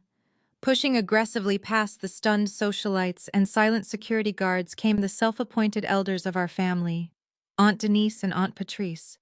They marched forward with the fierce, unearned authority they had wielded over me since childhood. They were dressed in overly embellished evening gowns that looked incredibly cheap under the warm California estate lights, their faces twisted in identical expressions of righteous indignation. They had spent the entire evening sipping premium champagne on my dime, whispering harsh judgments about my sudden wealth, and now they were stepping onto the battlefield to defend their sister Valerie. Denise positioned herself squarely in front of Valerie, puffing out her chest like a protective shield, while Patrice pointed a heavy rings-adorned finger directly at my face. "Chloe Marie Davis," You need to stop this foolishness right now. Denise scolded, her voice dripping with the exact same condescending tone she used when I was a helpless teenager trying to survive in their toxic household. You are acting completely out of line. I do not care how much money you have in the bank or what kind of fancy title you hold at some corporate company. You do not come to a family celebration and disrespect your elders like this. You are humiliating us in front of these people. Patrice nodded vigorously, stepping closer and attempting to weaponize the ultimate tool of toxic family control. You are tearing this family apart in front of strangers, Patrice chimed in, adopting a fake mourning tone meant to solicit sympathy from the crowd. Have you forgotten where you come from? As Black women, we have to stick together in this world. We protect our own. Family unity is everything. The Bible clearly says to honor your mother and father. Valerie gave you life. She is still your mother. You need to forgive, forget, and show some grace because holding on to this anger is only poisoning your own soul. Let these nice people leave, pay for your sister's wedding like a good sibling, and apologize to your mother right now. I stared at the two women. For years, their manipulative words had been the invisible cage that kept me compliant and silent. They had always watched Valerie tear me down, strip away my confidence, and steal my resources, yet they only ever intervened to tell me to be quiet and endure the abuse for the sake of the family image. The wealthy onlookers murmured, some shifting uncomfortably at the intense family intervention. Valerie, sensing a temporary shift in the wind, immediately played the victim. She slumped against the valet podium, letting out a loud theatrical sob, perfectly acting the part of the wounded, misunderstood matriarch. I did not raise my voice. I did not show an ounce of the explosive anger they so desperately wanted to provoke. Instead, I let a cold, clinical smile spread across my face. I looked directly at Denise, entirely ignoring her wagging finger and false piety. Family unity, I repeated slowly, tasting the absolute hypocrisy of the words. That is a beautiful concept, Aunt Denise. Tell me, did you feel a strong sense of family unity on August 14th, 2014? Denise froze. Her hand slowly dropped to her side. The righteous indignation on her face flickered instantly, replaced by a flash of genuine confusion and rising panic. What are you talking about? She muttered defensively, her eyes darting to Patrice. I took a slow, deliberate step toward her, closing the distance until she was forced to look me in the eye. On August 14th, 2014, you desperately needed $3,000 to bail your youngest son out of county jail for grand theft auto. You came crying to our house in the middle of the night. Valerie handed you a cashier's check the very next morning. You praised her to the heavens. You called her a savior. Denise swallowed hard, glancing nervously around at the wealthy crowd, listening to every single word. That was a private family matter, she hissed under her breath. I turned my gaze to Patrice, locking eyes with her. And you, Aunt Patrice, November 2nd, 2015. You needed exactly $4,500 to buy inventory for that fake hair boutique you tried to open in the strip mall. The one that failed 6 months later. Valerie wired you the funds instantly. You told everyone at Thanksgiving that Valerie was the most generous sister in the entire world. Patrice crossed her arms, her jaw tightening as she tried to maintain her defensive posture. She is generous. She helped us when we needed it. That is what real family does, Chloe. My smile vanished. The coldness in my eyes hardened into pure, unforgiving steel. Valerie did not have a job in 2014, Patrice. She was completely unemployed for 3 consecutive years. So where exactly do you think a jobless woman got over $7,000 in liquid cash to fund your bailouts and failed businesses? Neither of them answered. The silence was heavy and suffocating. Kiara looked up from the dirt, her tear-streaked face utterly confused. Even Valerie stopped her fake sobbing, her eyes widening in sheer terror as she realized exactly what I was about to expose. She stole it from my teenage bank account. I stated, my voice echoing like thunder across the quiet courtyard. My name was on a joint student savings account. I worked double shifts at the diner. I cleaned houses on the weekends instead of going to parties. I saved every single penny to pay for my own college tuition because I knew none of you would ever help me. Valerie drained my entire savings. She stole the money I bled for, and she handed it directly to you two. The gasps from the crowd were sharp and immediate. The wealthy guests looked at Denise and Patrice as if they were covered in toxic waste. And the absolute best part, I continued leaning in closer to the two stunned women. You both knew exactly where that money came from. You watched me cry for weeks when I could not afford my tuition deposit. You watched me pack my bags with $570 to my name. You knew Valerie was stealing from a teenager to fund your pathetic lives, and you took the money anyway. You do not care about family unity or religion. You only care about protecting the person who feeds your greed. You are not elders. You are accomplices. Denise opened her mouth, but no sound came out. Patrice physically recoiled, her face turning a deep, humiliating shade of gray. The grand illusion of their moral superiority was completely shattered. The aunties fell dead silent, stripped of their fake power and exposed as parasites in front of the Beverly Hills elite. Before anyone could attempt to break the agonizing silence, a loud metallic clank echoed from the main building. Everyone turned their heads in unison. The heavy oak venue doors swing open and a process server walks directly toward the head table. The heavy oak doors of the grand ballroom remained wide open, framing the sudden arrival of the man in the dark charcoal suit. He moved with a calm, deliberate purpose, completely ignoring the stunned silence of the wealthy guests, the sobbing aunties, and the panicked groom. He carried a heavy waterproof leather briefcase in his right hand, his eyes locked firmly on the chaotic scene unfolding at the center of the terrace. Preston instinctively stepped back, thinking the legal papers were intended for him or his failing startup. But the process server bypassed the frozen groom entirely. He walked straight past Richard, and Eleanor stepped past Denise and Patrice, who were still paralyzed by my public exposure of their financial crimes, and stopped right in front of Valerie. Valerie was still pinned against the valet podium by my security guards, her breath coming in ragged gasps.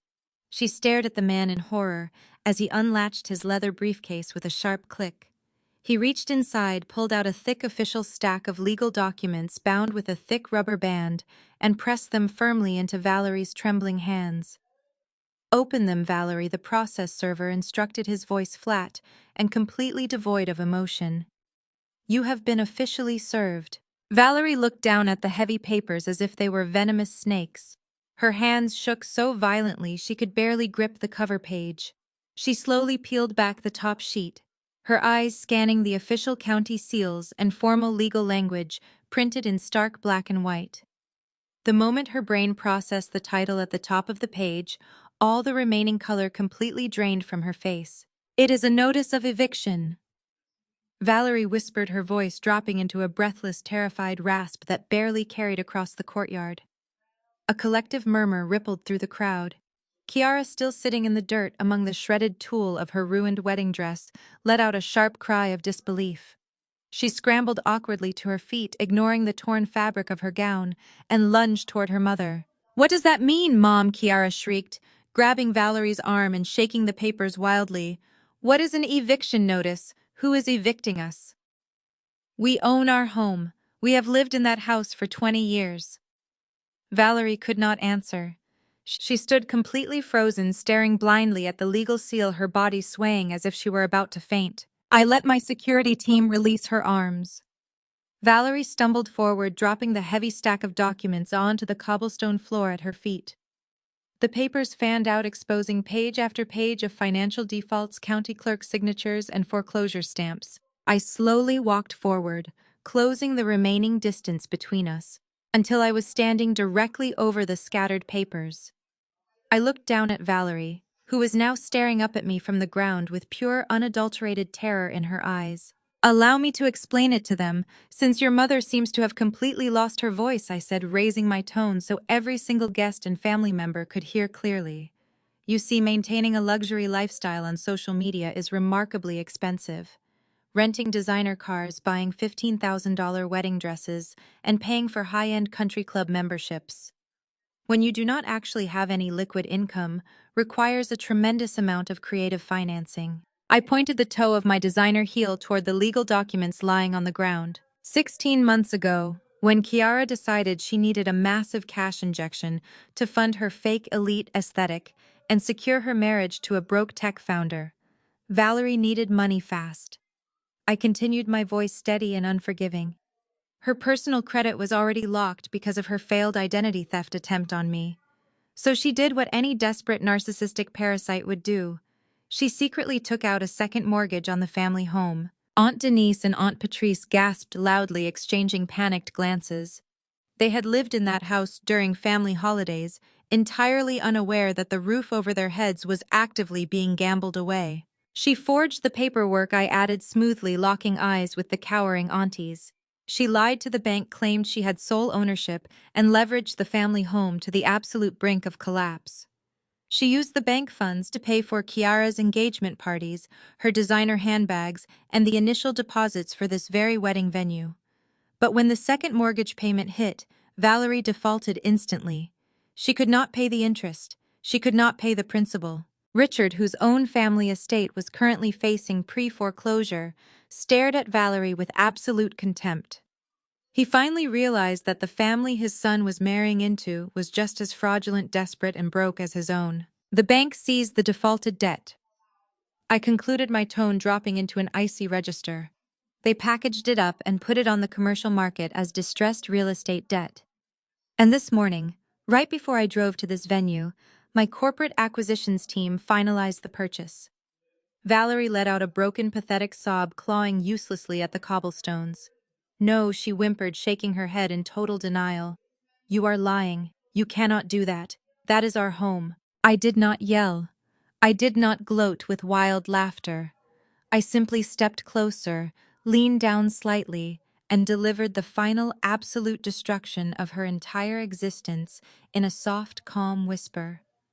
I bought the debt, Chloe says softly. I own the family home, and you have 48 hours to vacate my property. The absolute finality of my words hung over the courtyard like a heavy executioner's blade. Valerie collapsed entirely against the cobblestone, her champagne-colored dress pooling around her in a pathetic heap as she wept over the total loss of her stolen kingdom. Kiara was too paralyzed by shock to even comfort her mother. The grand Beverly Hills wedding had been completely dismantled, reduced to a spectacular display of financial ruin and legal retribution. The wealthy guests were entirely silent, captivated by the sheer brutality of the consequences playing out in front of them. Preston stood a few feet away, watching the absolute destruction of the women he had tied himself to. For a brief second, I thought he might actually show a shred of human decency. I thought he might kneel down and help the woman he was supposed to marry in less than an hour. But parasites do not possess empathy. They only possess survival instincts. As Preston stared at the foreclosure documents scattered on the ground, a frantic calculation flashed behind his eyes. He realized that the fake trust fund he had been chasing was gone. He realized that the wedding he used as collateral was canceled. And most importantly, he realized that the only person standing in this courtyard with actual wealth, real power, and the ability to save him from total bankruptcy was me. Preston rapidly smoothed the front of his torn tuxedo jacket. He wiped the remaining blood from his scratched cheek and took a deep, shuddering breath. He completely turned his back on Kiara, stepping over the shredded tulle of her $15,000 dress as if she were nothing more than a piece of discarded garbage. He walked directly toward me, his face morphing from an expression of terrified panic into a sickeningly desperate mask of corporate professionalism. Chloe Preston started, his voice trembling, but laced with an artificial earnestness that made my stomach turn. I had absolutely no idea. You have to believe me. Kiara lied to me from the very beginning. She manipulated me. She manipulated my entire family. She told us she came from generational wealth. She never told me about the stolen life insurance money or the second mortgage. I am a victim of her fraud just as much as you are. Kiara gasped from the ground, her tear-streaked face twisting in absolute disbelief. Preston, she choked out, her voice barely a whisper. What are you doing? Preston did not even look at her. He kept his desperate eyes locked entirely on my face. I am an honest businessman. Chloe, he pleaded, stepping slightly closer and holding his hands up in surrender. I would never associate my company with criminals. You have to separate my tech startup from this insane family drama. Our term sheet is solid. My software is revolutionary. You know the metrics are good. Please do not let her toxic lies destroy our professional relationship. We can still execute the $5 million wire transfer on Monday. I will give you more equity. I will step down from the board. Whatever you want. Just do not pull the funding. I simply stared at him, observing the pathetic display of self-preservation. He was willing to sell his soul, his pride and his bride, just to keep his failing servers running. Preston Richard barked, stepping forward with his face burning bright red. Have some dignity for God's sake. Stop begging this woman. We are leaving right now. We will find another investor. We are walking out of this circus. Preston snapped. The fragile restraint he had been holding on to completely shattered. He spun around to face his father, his eyes wide and unhinged. Find another investor! Preston screamed, his voice cracking hysterically. With what? Dad, my payroll bounces on Tuesday. My creditors are threatening to seize my personal assets. And where exactly are we walking away? Back to the historic family estate in Pasadena that the bank is auctioning off next week. Eleanor gasped, clutching her chest as her son's words violently stripped away the last remaining shred of their old money illusion in front of the Beverly Hills elite. Preston, stop it, she cried out. You are embarrassing us. I am embarrassing you. Preston laughed wildly, a harsh manic sound. You two are completely broke. You are just as useless to me as Kiara is. You spent your entire lives pretending to be aristocrats while drowning in debt, and you expected me to just figure it out. You are the ones who pushed me to marry a rich heiress to save the family name. Well, the heiress is a fraud, the family name is worthless, and my company is dead unless she saves it. Preston reached up to his lapel. His fingers violently gripped the expensive white rose boutonniere pinned to his tuxedo. He ripped it off, tearing the fabric of his jacket, and threw the crushed flower directly at Kiara's feet. I am done with you, Preston sneered at Kiara, his voice dripping with venom. The wedding is cancelled. I never want to see your pathetic face again. He immediately spun back around to his parents, pointing a shaking finger toward the open driveway gates. And you two need to get out of here, Preston ordered his own mother and father. Get out of this venue. You are ruining my chances with my lead investor. I am not losing my startup because you two cannot face reality. He turned toward my security team, who were standing silently nearby. Escort them out, Preston demanded, gesturing wildly toward Richard and Eleanor. They are trespassing. Get them off the property so I can talk to Ms. Davis in private. Richard looked as though he were having a genuine medical emergency. Eleanor was openly weeping, her aristocratic pride completely decimated by her own son's betrayal. They had raised a parasite, and now that parasite was aggressively feeding on them to survive. Defeated, humiliated, and utterly broken, Richard grabbed Eleanor's arm. They turned their backs on their son and began the long, agonizing walk of shame down the cobblestone driveway, disappearing into the warm California night without a single penny to their name. Preston turned back to me, breathing heavily, his chest heaving with exertion. He plastered that sickeningly desperate smile back onto his face. There, he said, his voice laced with frantic hope. They are gone. It is just business now, Chloe.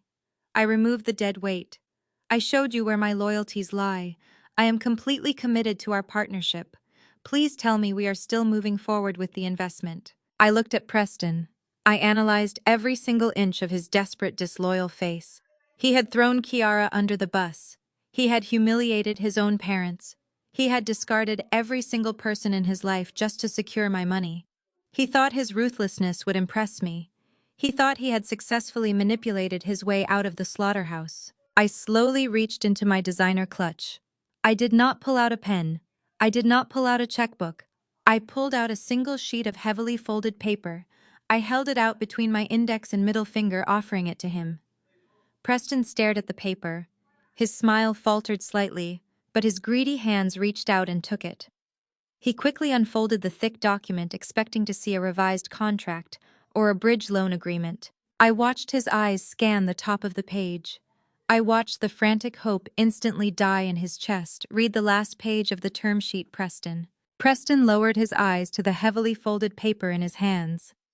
He expected to see a revised capitalization table, a brutal bridge loan agreement with predatory interest rates, or perhaps a demand for total equity control. I was fully prepared to sign away his soul to keep his fraudulent facade alive. Instead, his eyes locked onto the official seal printed in the top left corner.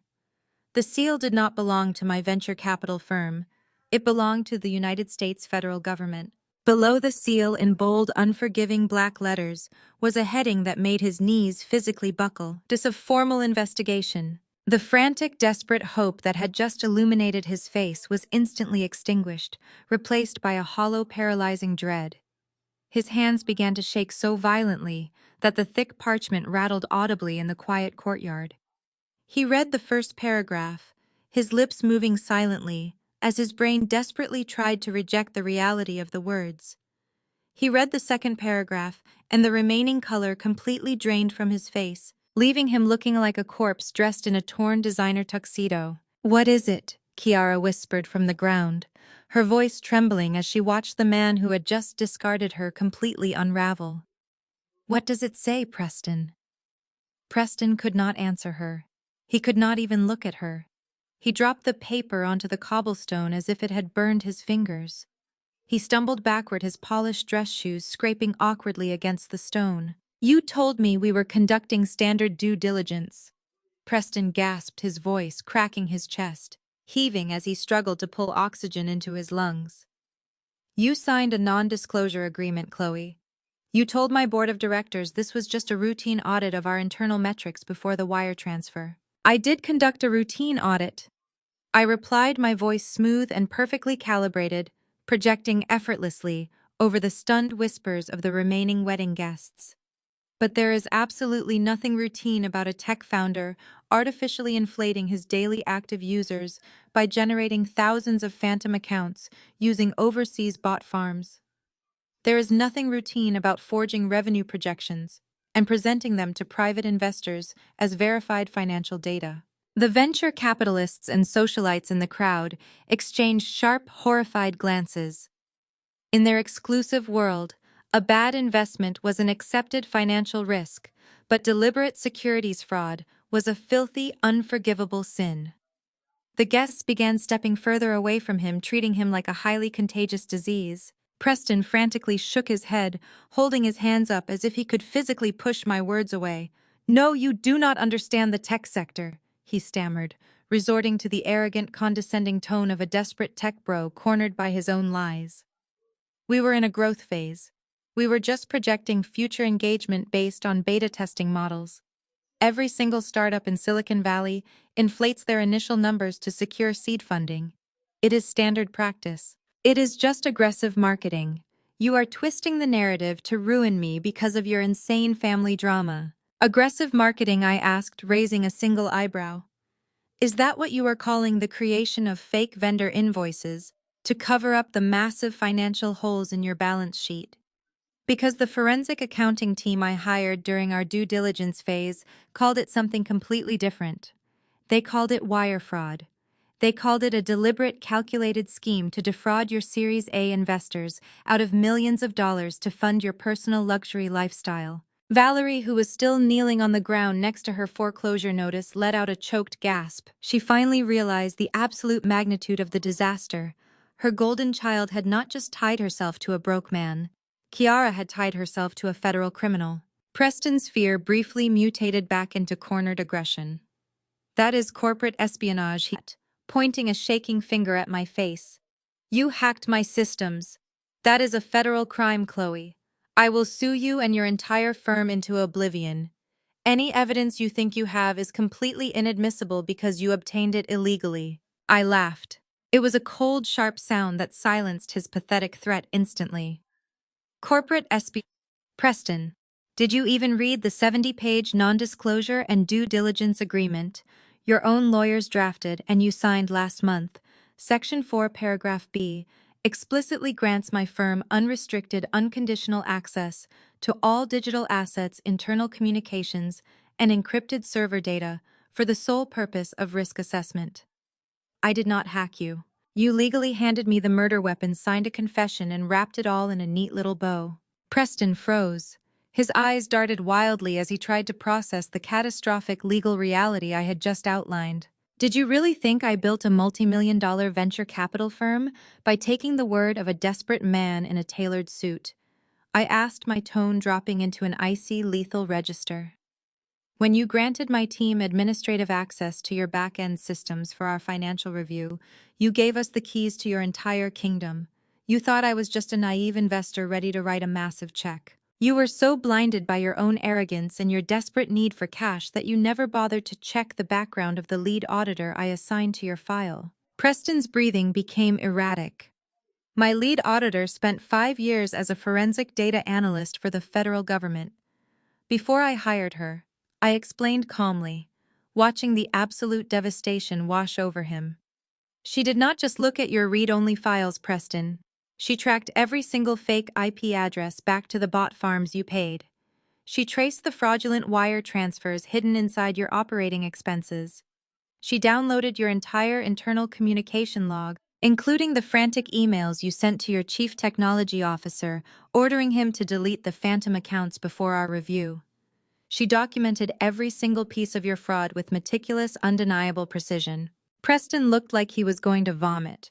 He swayed on his feet, reaching out to grab the valet podium to keep himself from collapsing onto the driveway. The arrogant tech founder, who had confidently planned to steal my money and use my sister as a financial safety net, was completely gone. In his place was a terrified, broken criminal staring down the barrel of a lengthy federal prison sentence. "You cannot do this!" Preston begged, his voice completely shattered. He abandoned all pretense of anger and resorted to pathetic, weeping desperation. "Please, Chloe, I will give the money back to the early investors. I will shut the company down quietly. I will sign whatever you want. Please do not ruin my life. I am begging you." I looked at him with absolute, unwavering indifference. I felt no pity for the man who had happily participated in the humiliation of my family, who had tried to extort me, and who had built an entire life on the backs of defrauded investors. "I didn't wire you $5 million, I said softly. I wired your hard drives to the Securities and Exchange Commission." Preston staggered backward as if the words themselves possessed physical weight. He could not form a single coherent syllable. The sheer magnitude of his impending federal indictment completely short-circuited his brain. He turned away from me, his breathing ragged and loud in the quiet evening air, and stumbled blindly toward the exit. He did not look back at his weeping bride. He did not look back at his humiliated parents. He simply disappeared into the California night, a broken and terrified man running toward an inevitable prison sentence. The silence that washed over the courtyard following his departure was heavy and toxic. The wealthy guests who had stuck around to witness the carnage were now frozen in place, unsure if they were allowed to breathe. I had systematically dismantled the groom, the aristocratic in-laws, the manipulative aunties, and the toxic matriarch. I had severed every single parasitic tie. But there was still one person left on the battlefield. Kiara was still sitting in the manicured hedges. Her $15,000 designer wedding dress bought with the stolen life insurance money meant for my medical bills was completely destroyed. The white tulle was ripped, stained with dirt, and tangled around her legs. Her perfect bridal makeup was smeared across her face in dark, ugly streaks of mascara and foundation. For her entire life, Kiara had been the golden child. She had been shielded from consequences and taught that she was inherently superior to me simply because she existed. Valerie had promised her a life of effortless luxury. Now, in the span of 30 minutes, that entire manufactured reality had been violently incinerated. Her fake millionaire groom had abandoned her to face federal charges. Her trust fund lie was exposed. Her childhood home was foreclosed and owned by the sister she despised. She had absolutely nothing left. I watched the exact moment her mind snapped. Kiara let out a low, guttural sound that did not even sound human. It was a raw, primal noise born from absolute, unadulterated humiliation. She scrambled to her feet, completely ignoring the tearing sounds of her expensive gown. She stood there, swaying her chest, heaving her eyes wild and bloodshot as they locked onto me. "You did this?" Kiara hissed, her voice vibrating with a terrifying, unhinged energy. "You planned all of this just to ruin my perfect day. You have always been jealous of me, Chloe. You have always wanted to be me." I looked at her with genuine pity. I do not want to be you, Kiara, I replied softly. I just wanted you to finally meet the real version of yourself. That calm, indifferent response was the final trigger. Kiara completely lost her grip on sanity. She looked around frantically, her eyes darting across the courtyard until they landed on a nearby catering station. A silver tray of crystal champagne flutes had been abandoned by a terrified waiter during the initial shouting match. Kiara lunged toward the table. She grabbed a crystal flute. Without hesitation, she smashed the bowl of the glass against the edge of the metal table. The sharp sound of shattering crystal echoed through the courtyard. She whipped around to face me, gripping the jagged, broken stem like a weapon. If I cannot have my perfect life, then you are not going to have that perfect face. Kiara screamed, her voice completely devoid of reason. I am going to make you as ugly on the outside as you have always been on the inside. She charged at me with a desperate, frantic speed, raising the jagged edge of the broken glass aimed directly at my cheek. Several guests screamed. A few people tried to scramble out of the way. Valerie gasped from the ground, watching her golden child cross the ultimate line from financial fraud into attempted violent assault. I did not flinch. I did not raise my hands to protect myself. I did not even take a single step backward. I simply stood my ground, my posture perfectly straight, my eyes locked onto the pathetic, screaming woman rushing toward me. I did not need to move because my head of security was already in motion. The female security professional, a woman who had spent a decade in private military contracting, moved with terrifying, beautiful efficiency. She stepped smoothly from my right side, intercepting Kiara's frantic charge before the bride could even get within 3 feet of me. The guard did not strike her. She simply grabbed Kiara's raised wrist with her left hand, twisting it sharply to point the broken glass away from my body. With her right hand, she gripped the back of Kiara's neck. Using Kiara's violent momentum against her, the guard swept her legs out in one fluid, devastating motion. Kiara slammed into the cobblestone driveway face first. The broken flute clattered harmlessly away into the darkness. The heavy layers of the ruined dress ballooned awkwardly around her as the guard effortlessly pinned her to the ground. The guard placed one knee in the center of Kiara's back and pulled her arm up at a sharp angle, completely immobilizing the screaming bride. "Let me go!" Kiara shrieked, thrashing her legs wildly against the hard stone, her face pressed firmly into the dirt.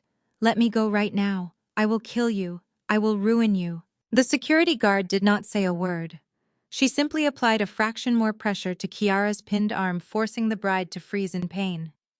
The golden child who had demanded a $200,000 wedding to celebrate her fake superiority was now eating dirt in her own driveway, physically restrained like a common criminal. Valerie, who had been completely paralyzed by the eviction notice, finally snapped out of her stupor, seeing her precious, perfect daughter pinned to the ground by my employee, ignited a blind, hysterical rage. Valerie scrambled up from the cobblestones, leaving the foreclosure documents scattered behind her.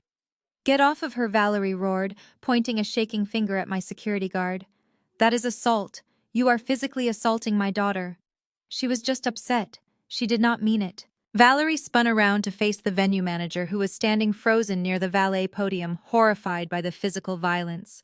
"Call the police!" Valerie screamed at him, her voice cracking with pure desperation. "Call the police right now. I want this security guard arrested for assault. I want Chloe arrested for inciting violence. Call 911 immediately." The venue manager hesitated, his eyes darting between Valerie's furious face and my perfectly calm expression. He clearly did not want to involve law enforcement in an event hosted by the person who owned the actual building. I looked at the manager. I offered him a slight reassuring nod. "Go ahead and call them," I said, my voice carrying clearly over Kiara's muffled sobbing. "But you do not need to rush. They are already on their way anyway." The exact moment the words left my mouth, the distant piercing wail of police sirens shattered the quiet Beverly Hills night. The sound was faint at first, echoing off the steep canyon walls that surrounded the exclusive luxury resort, but it multiplied and amplified with terrifying speed. Within seconds, the shrill noise became deafening. The warm California darkness was violently torn apart by the frantic strobing of red and blue emergency lights bouncing off the towering palm trees lining the main road. Down at the far end of the grand cobblestone driveway, the massive wrought iron security gates had barely begun to close when a fleet of vehicles swarmed the entrance. Two local police cruisers aggressively angled their cars to block the exit entirely. Right behind them, three unmarked black sport utility vehicles screeched to a halt, their heavy tires leaving thick black skid marks on the pristine pavement. Preston, who had been sprinting blindly toward the exit in a pathetic attempt to escape his impending federal indictment, slammed to a halt. I was completely trapped in the blinding glare of the high-beam headlights. A few yards away from him, his parents, Richard and Eleanor, stood frozen in shock. They had been in the middle of their humiliating walk of shame, but now they were caught directly in the crosshairs of a massive law enforcement barricade. Valerie, whose face was still stained with dirt and tears from the foreclosure revelation, suddenly gasped. Her delusional mind instantly twisted the arrival of the police into a twisted fantasy of salvation. She genuinely believed her frantic demands to the venue manager had summoned an army of officers to arrest me and my security team. A sick, triumphant smile spread across her heavily contoured face. "Thank God!" Valerie screamed, her voice cracking with hysterical relief. She pointed a shaking finger directly at me, completely ignoring the fact that her ruined daughter was still eating dirt on the ground. "Over here. Arrest her. This woman is a menace. Her thugs are physically assaulting my daughter. Put her in handcuffs right now." The doors of the police cruisers and the unmarked vehicles flew open simultaneously. More than a dozen officers and agents stepped out into the humid night air. The local police officers were in standard uniform, but the men and women stepping out of the black vehicles were wearing tactical windbreakers with the letters FBI emblazoned across their backs in bold yellow text. Valerie continued to scream, waving her arms frantically to get their attention, demanding justice for her golden child. But the federal agents and local police officers did not even look at her. They did not look at Kiara, who was still pinned to the cobblestone in her filthy $15,000 wedding dress. They did not even glance in my direction. Instead, the lead federal agent, a tall, imposing man with a grim expression, marched straight up the driveway with absolute unwavering purpose. He walked directly toward the terrified groom. Preston took one trembling step backward, his hands raised defensively in the air. The arrogant, condescending tech founder who had tried to extort me just moments ago was completely gone. He was nothing but a cornered rat trembling in a torn, bespoke tuxedo.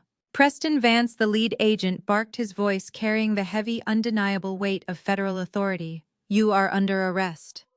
"Wait, no. There is a massive misunderstanding here," Preston stammered frantically, his voice pitching up into a breathless squeak. "I have legal counsel. You cannot do this without my lawyers present. I am in the middle of a private event.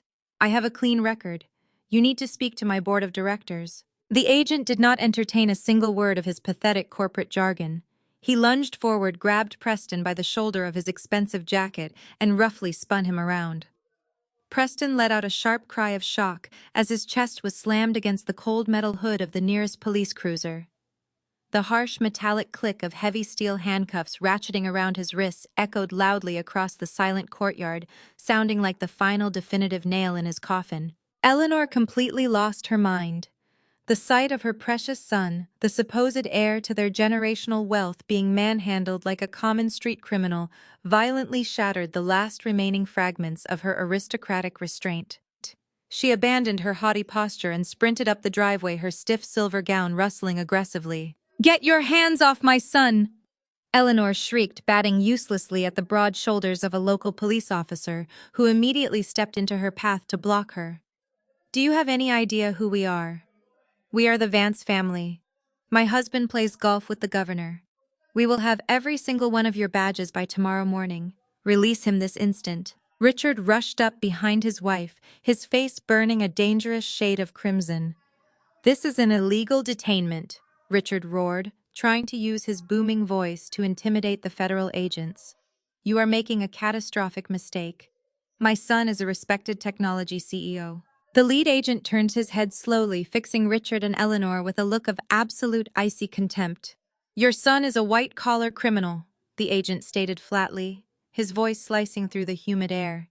"He is being charged with multiple counts of federal wire fraud, securities fraud, and the deliberate defrauding of private investors across state lines. The evidence submitted to our office tonight is overwhelming. He will be held in federal custody without bail until his arraignment. If you continue to interfere with an active federal arrest, I will happily put both of you in the back of a cruiser for obstruction of justice." Eleanor gasped, physically recoiling as if she had been slapped. The threat of being thrown into a dirty police car completely silenced her. She covered her mouth with her trembling hands, openly sobbing, as she watched the federal agents violently shove her weeping son into the back of the unmarked SUV. I stood on the terrace watching the glorious spectacle unfold. The flashing red and blue lights illuminated my face, casting long shadows across my emerald gown. Preston was gone.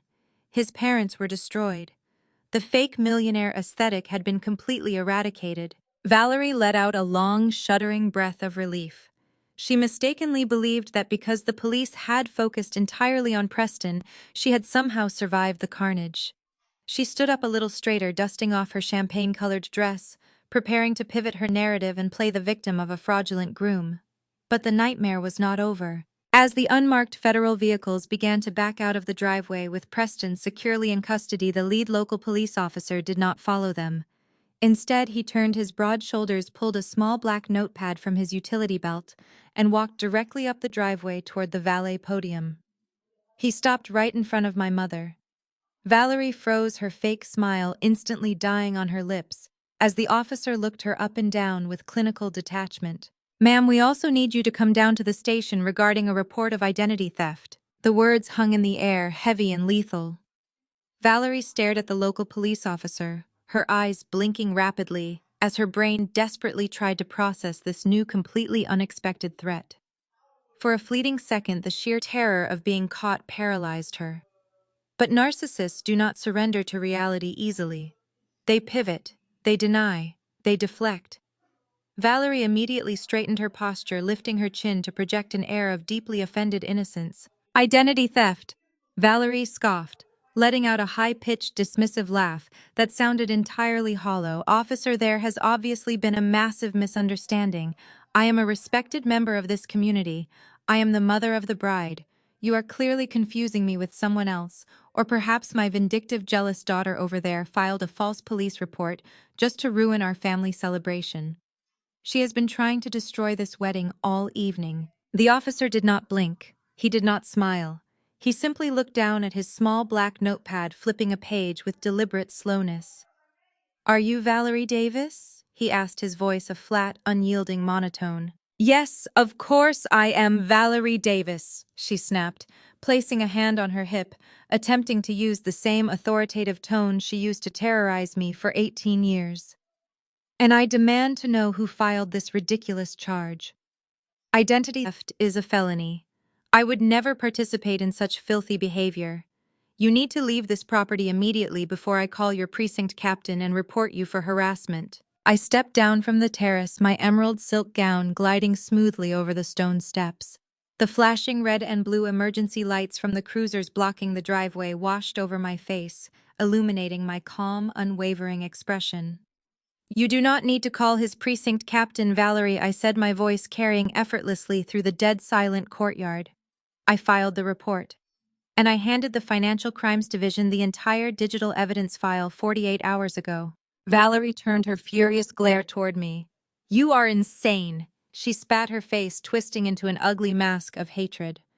"You have absolutely no proof of anything. You are just making up lies to humiliate me in front of these wealthy people. You have always been a pathological liar, Chloe. You have always tried to tear this family apart." I did not argue with her. Arguing with a narcissist is a pointless exercise in emotional drain. I simply turned my attention to the venue manager, who was still standing rigidly by the valet podium, gripping his wireless microphone. I gave him a curt, decisive nod. I understood the assignment perfectly. He reached over to the main audio control board hidden inside the podium. He flipped a single switch, instantly rerouting the audio feed from the Romantic String Quartet playlist directly into the massive high-fidelity outdoor speaker system surrounding the entire estate. I pulled my sleek smartphone from my designer clutch. I tapped the screen twice, opening an audio file sent to me by my forensic accounting team, and pressed play. A sharp electronic dial tone echoed loudly across the Beverly Hills estate, followed by the automated greeting of my private commercial bank. The audio quality was crystal clear, completely inescapable. Everyone in the courtyard, from the federal agents to the weeping aunties, stood frozen in place. "Thank you for calling Premier Corporate Banking," a polite customer service representative announced through the massive speakers. "How may I assist you today?" Then Valerie's voice filled the courtyard. It was not her normal harsh tone. It was a sickeningly sweet, artificially pitched voice, desperately trying to sound like a younger woman. "Yes, hello," the recorded Valerie said brightly. "This is Chloe Davis. I need to authorize an emergency wire transfer from my primary business checking account." The real Valerie, standing just feet away from the police officer, let out a strangled gasp. All the fake offended innocence instantly vanished from her face, replaced by the horrifying realization that her own voice was currently broadcasting her felony to the entire world. "Of course, Ms. Davis," the bank representative replied smoothly over the speakers. "For security purposes, I need you to verify your full social security number, your date of birth, and your mother's maiden name." Without a single second of hesitation, the recorded Valerie rattled off my highly confidential 9-digit social security number. She gave my exact birth date. She confidently stated her own maiden name to bypass the security protocol.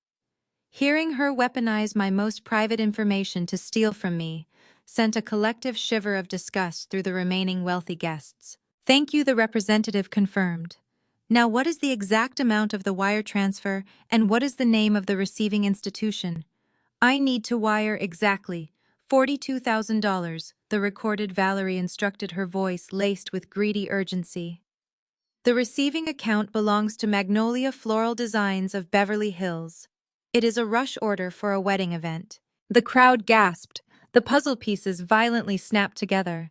Valerie had not just stolen my identity, she had attempted to drain my corporate accounts to pay for the extravagant white orchids and imported roses currently decorating the grand ballroom doors.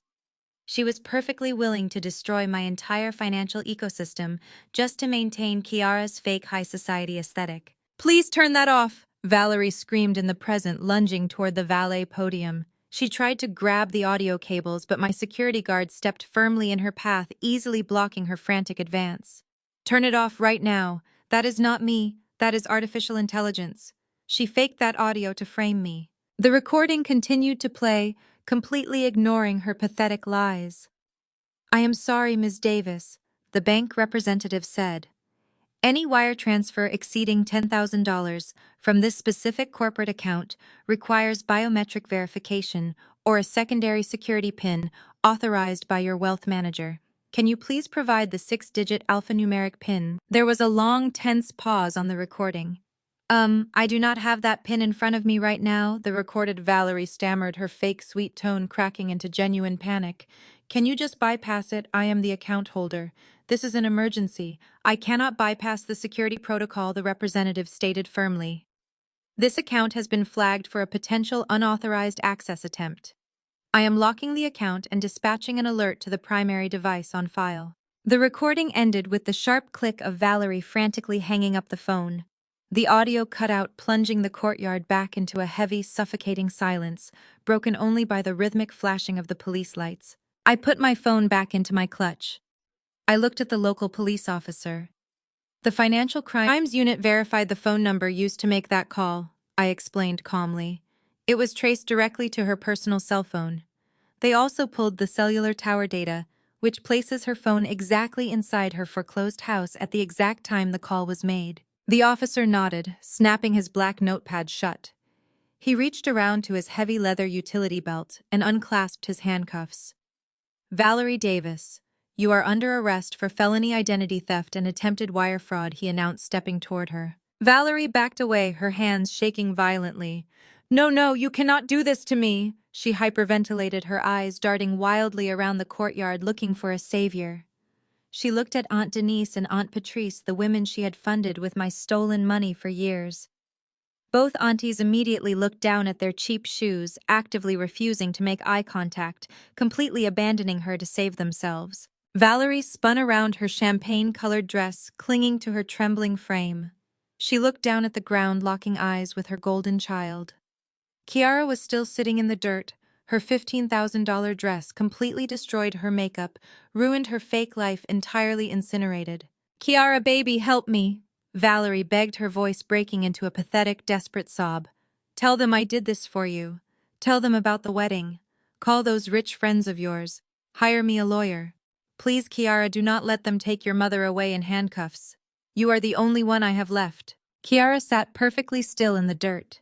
She stared at the woman who had taught her to value money over human decency, the woman who had fed her delusions of grandeur, and the woman whose toxic greed had just destroyed her entire existence. Slowly, deliberately, Kiara turned her back on her mother. She did not say a single word. She just stared blankly into the dark manicured hedges, leaving Valerie completely alone to face the devastating consequences of her own actions. Kiara did not turn back around. She remained completely motionless, staring into the dark manicured hedges, actively erasing her mother from her reality. The local police officer did not wait for a tearful goodbye or a dramatic change of heart. He firmly grasped Valerie by the upper arm, officially reciting her Miranda rights in a flat, practiced monotone that cut through the humid California air. Valerie offered no physical resistance. The sheer shock of her golden child abandoning her had entirely paralyzed her nervous system. She stumbled forward, her expensive champagne-colored dress catching on the rough cobblestone, her perfectly styled hair falling in messy strands across her face. She lost one of her designer heels in the struggle, but she did not even reach down to pick it up. She was escorted toward the back of the waiting police cruiser, a broken barefoot criminal stripped of her fake aristocratic armor. The heavy metal door slammed shut, sealing her inside. Within seconds, the cruiser reversed out of the grand driveway, its red and blue lights slicing through the darkness before disappearing down the winding mountain road, taking the toxic matriarch away forever. With the federal agents and local police completely gone, a terrifying, suffocating silence descended upon the luxury resort courtyard. The flashing emergency lights no longer illuminated the faces of the remaining wedding guests. The only light came from the warm, golden glow of the grand chandeliers spilling out from the open ballroom doors. But the warmth of that light offered absolutely no comfort to the parasites still lingering on the property. Aunt Denise and Aunt Patrice exchanged a single frantic look. The grand illusion of their powerful, unified family had been violently incinerated, leaving them completely exposed in the cold night air. They realized with horrifying clarity that the money train had officially derailed. Valerie was going to prison. The family home was foreclosed. There would be no more emergency bailouts, no more funded business ventures, and absolutely no more free rides. Furthermore, the presence of federal financial investigators terrified them. If the authorities started looking into Valerie's accounts, it was only a matter of time before they traced the stolen funds directly to their doorsteps. Without saying a single word of comfort to their niece sitting in the dirt, Denise and Patrice aggressively snatched their cheap clutch purses from the nearby cocktail tables. They did not look in my direction. They tucked their heads down, their elaborate evening gowns swishing frantically against the pavement, and practically sprinted toward the valet stand. They demanded their vehicles with hushed, panicked voices, desperate to flee the blast radius of Valerie's spectacular downfall before the federal agents decided to return and ask them questions. Their cowardly departure triggered a massive, silent exodus. The wealthy venture capitalists, the Beverly Hills socialites, and the arrogant corporate executives who had gathered to celebrate Preston's fake tech empire suddenly realized the severe danger of their proximity. In their elite, ruthless world, being associated with a federal wire fraud investigation was a highly contagious, fatal disease.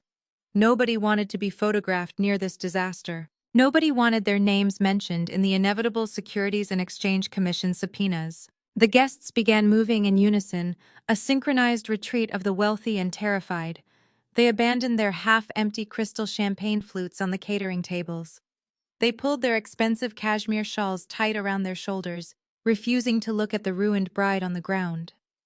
The valet attendants were instantly overwhelmed by a frantic mob of billionaires and social climbers waving their claim tickets. There was no polite chatter. There were no hushed goodbyes.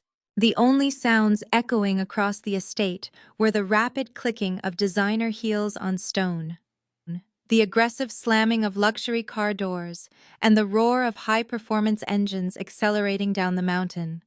They fled like vultures, abandoning a rotting carcass the moment a larger predator arrives.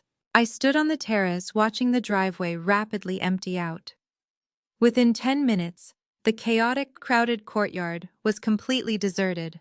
The valet attendants retreated into their booth, desperately avoiding eye contact with the center of the driveway. Kiara was the only person left. She slowly pushed herself up from the dirt. Her $15,000 designer wedding gown was completely ruined, the white tulle shredded and stained with dark mud. She looked around the empty courtyard, her bloodshot eyes scanning the vacant spaces where her wealthy in-laws, her protective mother, and her adoring audience used to stand. The sheer gravity of her isolation finally hit her. She had built her entire identity on the approval of other people, and now, every single one of them was gone. She turned around and looked toward the open doors of the grand ballroom. The venue manager had quietly instructed the catering staff to step away, leaving the space entirely unstaffed to avoid any further conflict. Kiara walked slowly up the stone steps, her bare feet dragging on the pristine floors, and stepped inside the venue she had destroyed her family to secure. I followed her, my emerald silk gown gliding silently over the marble foyer. I stopped in the doorway, watching her stand in the center of the massive, extravagant room. It was a breathtaking display of stolen wealth. Towering arrangements of imported white orchids and rare roses dominated every table. Crystal chandeliers cast a brilliant, sparkling light over the pristine white dance floor. A massive six-tier wedding cake adorned with edible gold leaf sat perfectly untouched in the corner. The premium seafood stations were fully stocked, the intricate ice sculptures slowly melting onto the expensive linen tablecloths. It was a $200,000 fantasy, and it was completely, utterly empty. There was no groom waiting at the altar. There was no family cheering from the sidelines. There was no rich mother ready to foot the bill. There was only Kiara standing completely alone in the wreckage of her own narcissistic greed, surrounded by a level of luxury she could never afford, and a life she would never have. She stood in the dead center of the dance floor, her shoulders trembling violently. The silence of the massive ballroom amplified the sound of her ragged, suffocating sobs. She slowly turned around, the shredded hem of her muddy dress dragging across the polished wood, and looked directly at me standing in the doorway. Her perfect makeup was entirely washed away by tears, revealing the exhausted, terrified woman underneath the facade. She looked at my pristine emerald gown, my calm expression, and the absolute power I now held over her entire existence. She had spent her entire life convincing herself that she was superior to me, that she was the beautiful, deserving golden child, and that I was nothing but a worthless scapegoat destined for failure. Today that delusion had been burned to the ground. Kiara let out a broken, trembling breath. She looked up at me, her eyes filled with tears, and asks the ultimate defeated question. Are you happy now you took everything?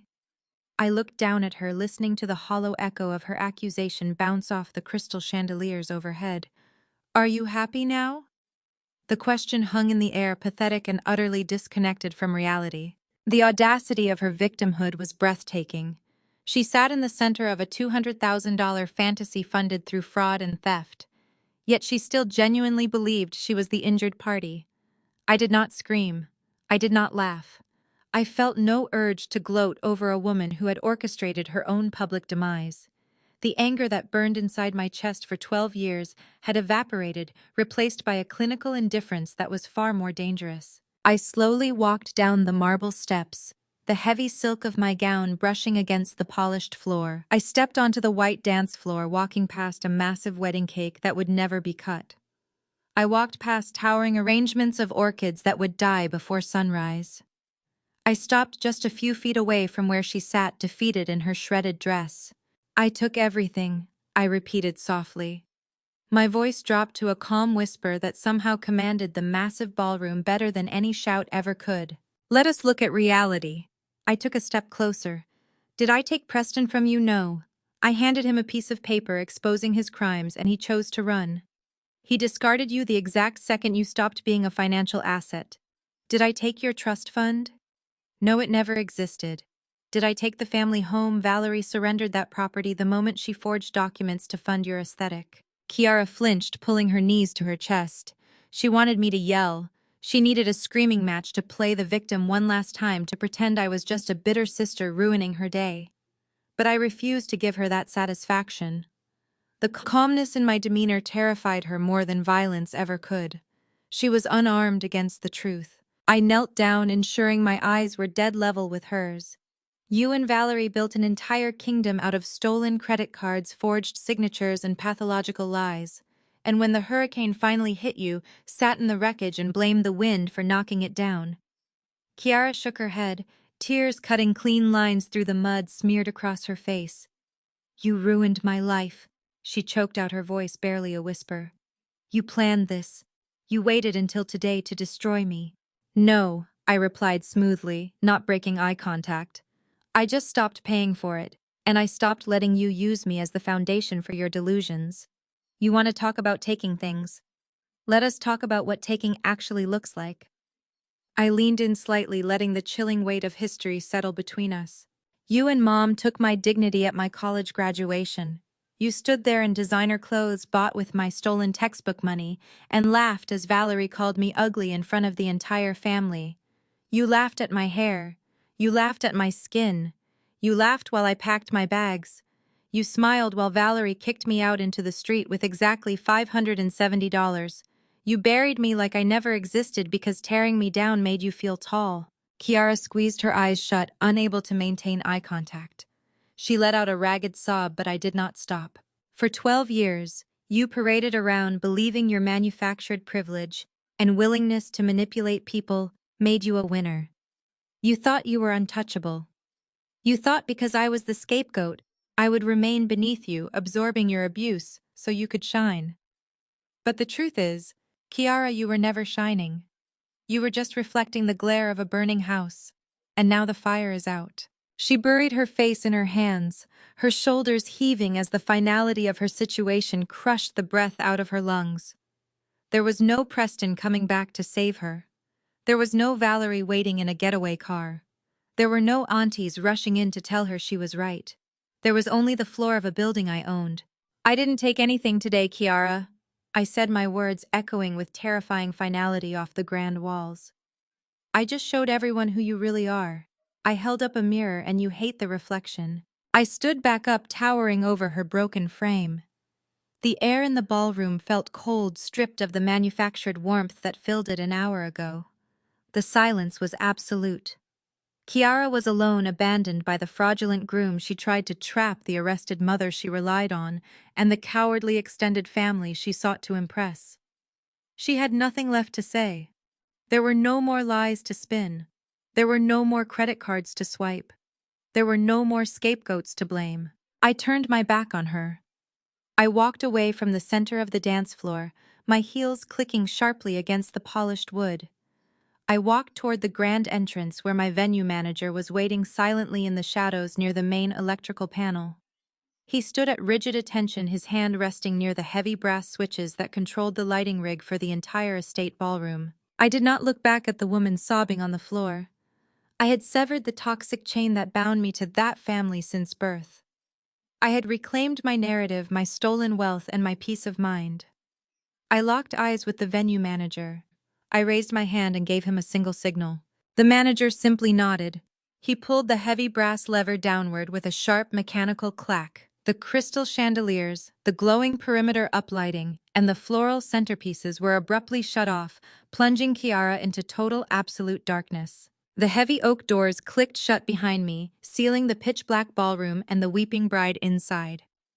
I stepped into the brightly lit foyer of the luxury resort. The sudden shift in illumination was stark and absolute. The crystal sconces lining the hallway walls cast a warm, brilliant glow over the imported marble floors, completely banishing the heavy shadows I had just walked away from. I took a deep, cleansing breath. The humid California air filtering in through the open main entrance felt infinitely lighter now that the suffocating toxicity of my estranged family had been permanently removed from the premises. My venue manager, a highly efficient man who had handled the evening's chaotic events with remarkable professionalism, was waiting near the reception desk.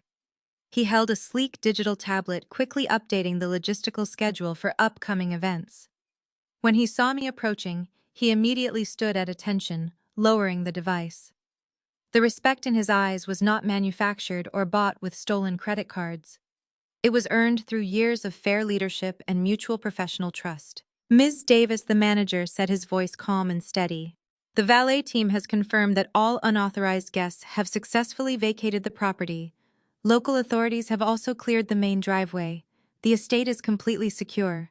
However, we have a significant logistical issue remaining in the catering wing. The culinary team had already prepared the entire 5-course menu for 200 people. We have thousands of dollars worth of premium seafood, prime cuts of beef, and artisanal side dishes sitting untouched in the commercial kitchens. How would you like us to dispose of the inventory? I did not even have to think about the answer.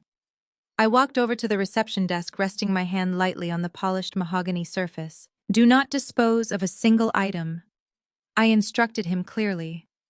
I want you to immediately dispatch our refrigerated transport vans. Have the kitchen staff safely package every single untouched meal, including the premium appetizers and the unserved desserts.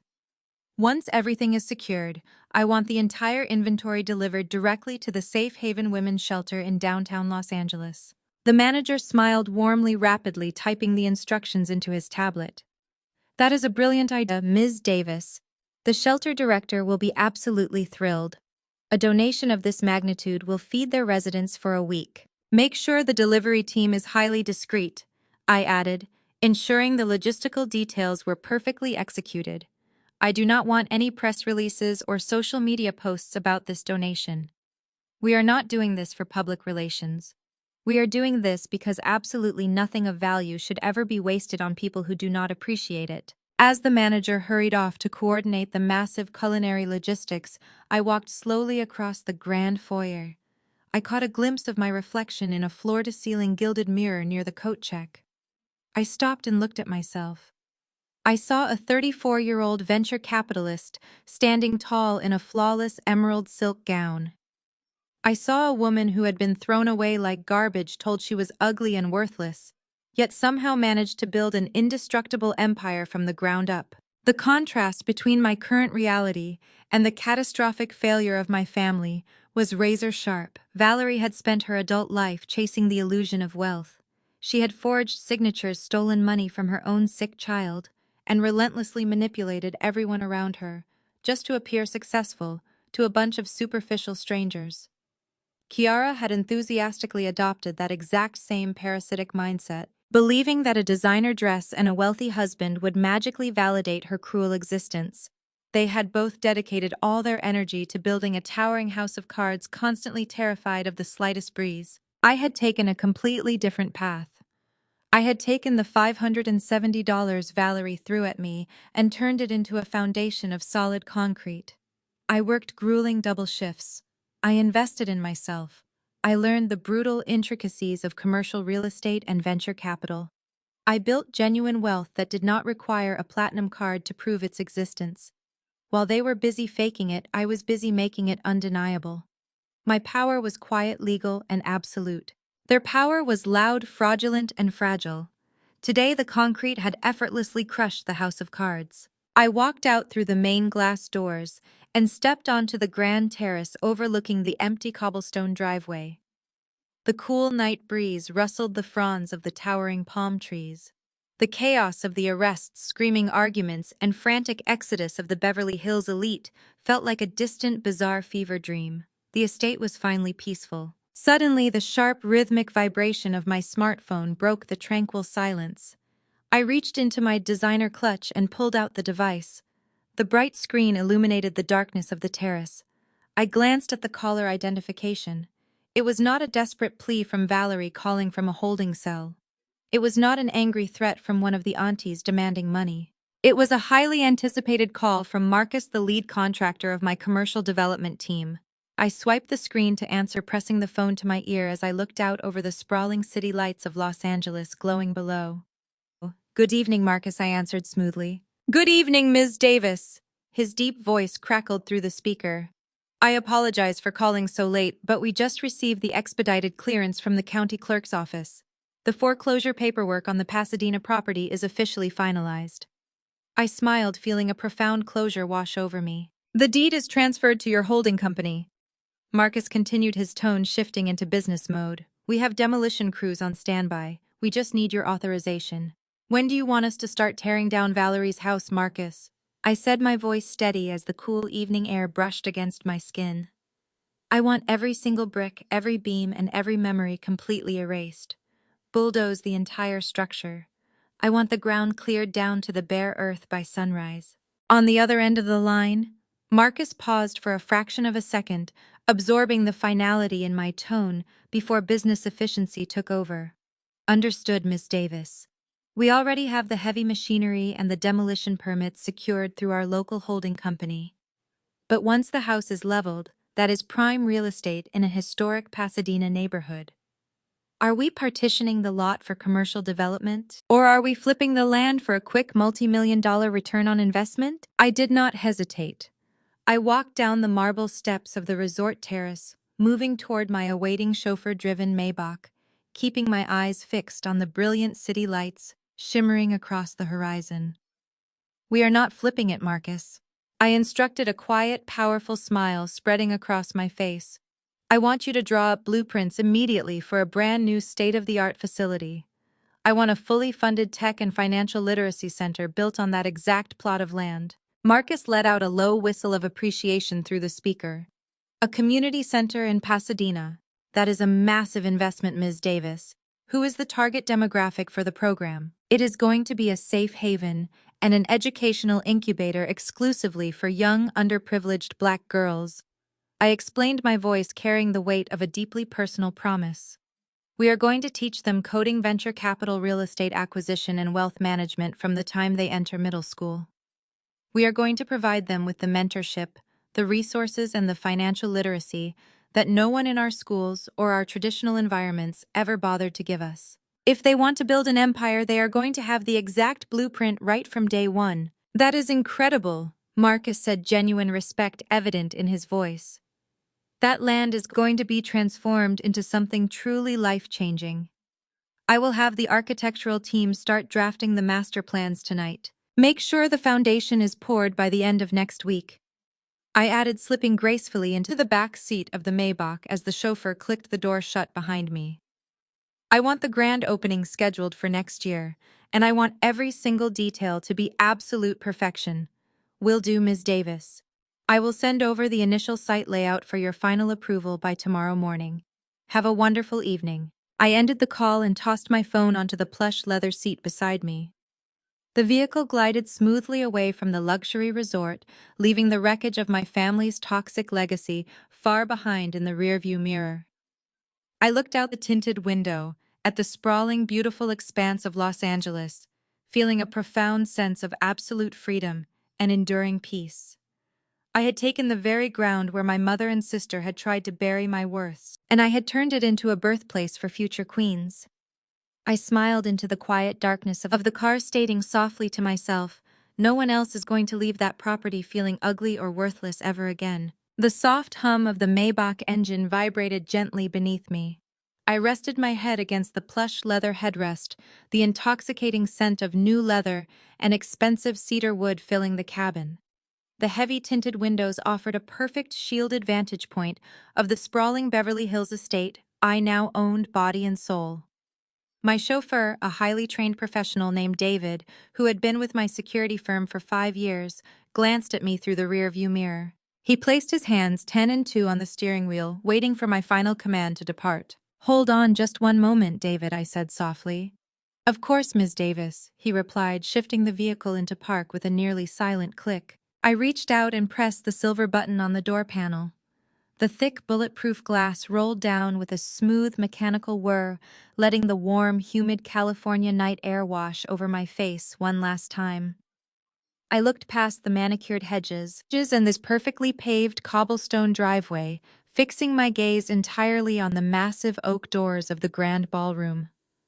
Those doors were now shut tight, sealing Kiara in the absolute darkness she had created for herself. The exterior of the resort remained brilliantly illuminated by the landscape lighting a stunning architectural masterpiece, projecting an image of flawless luxury.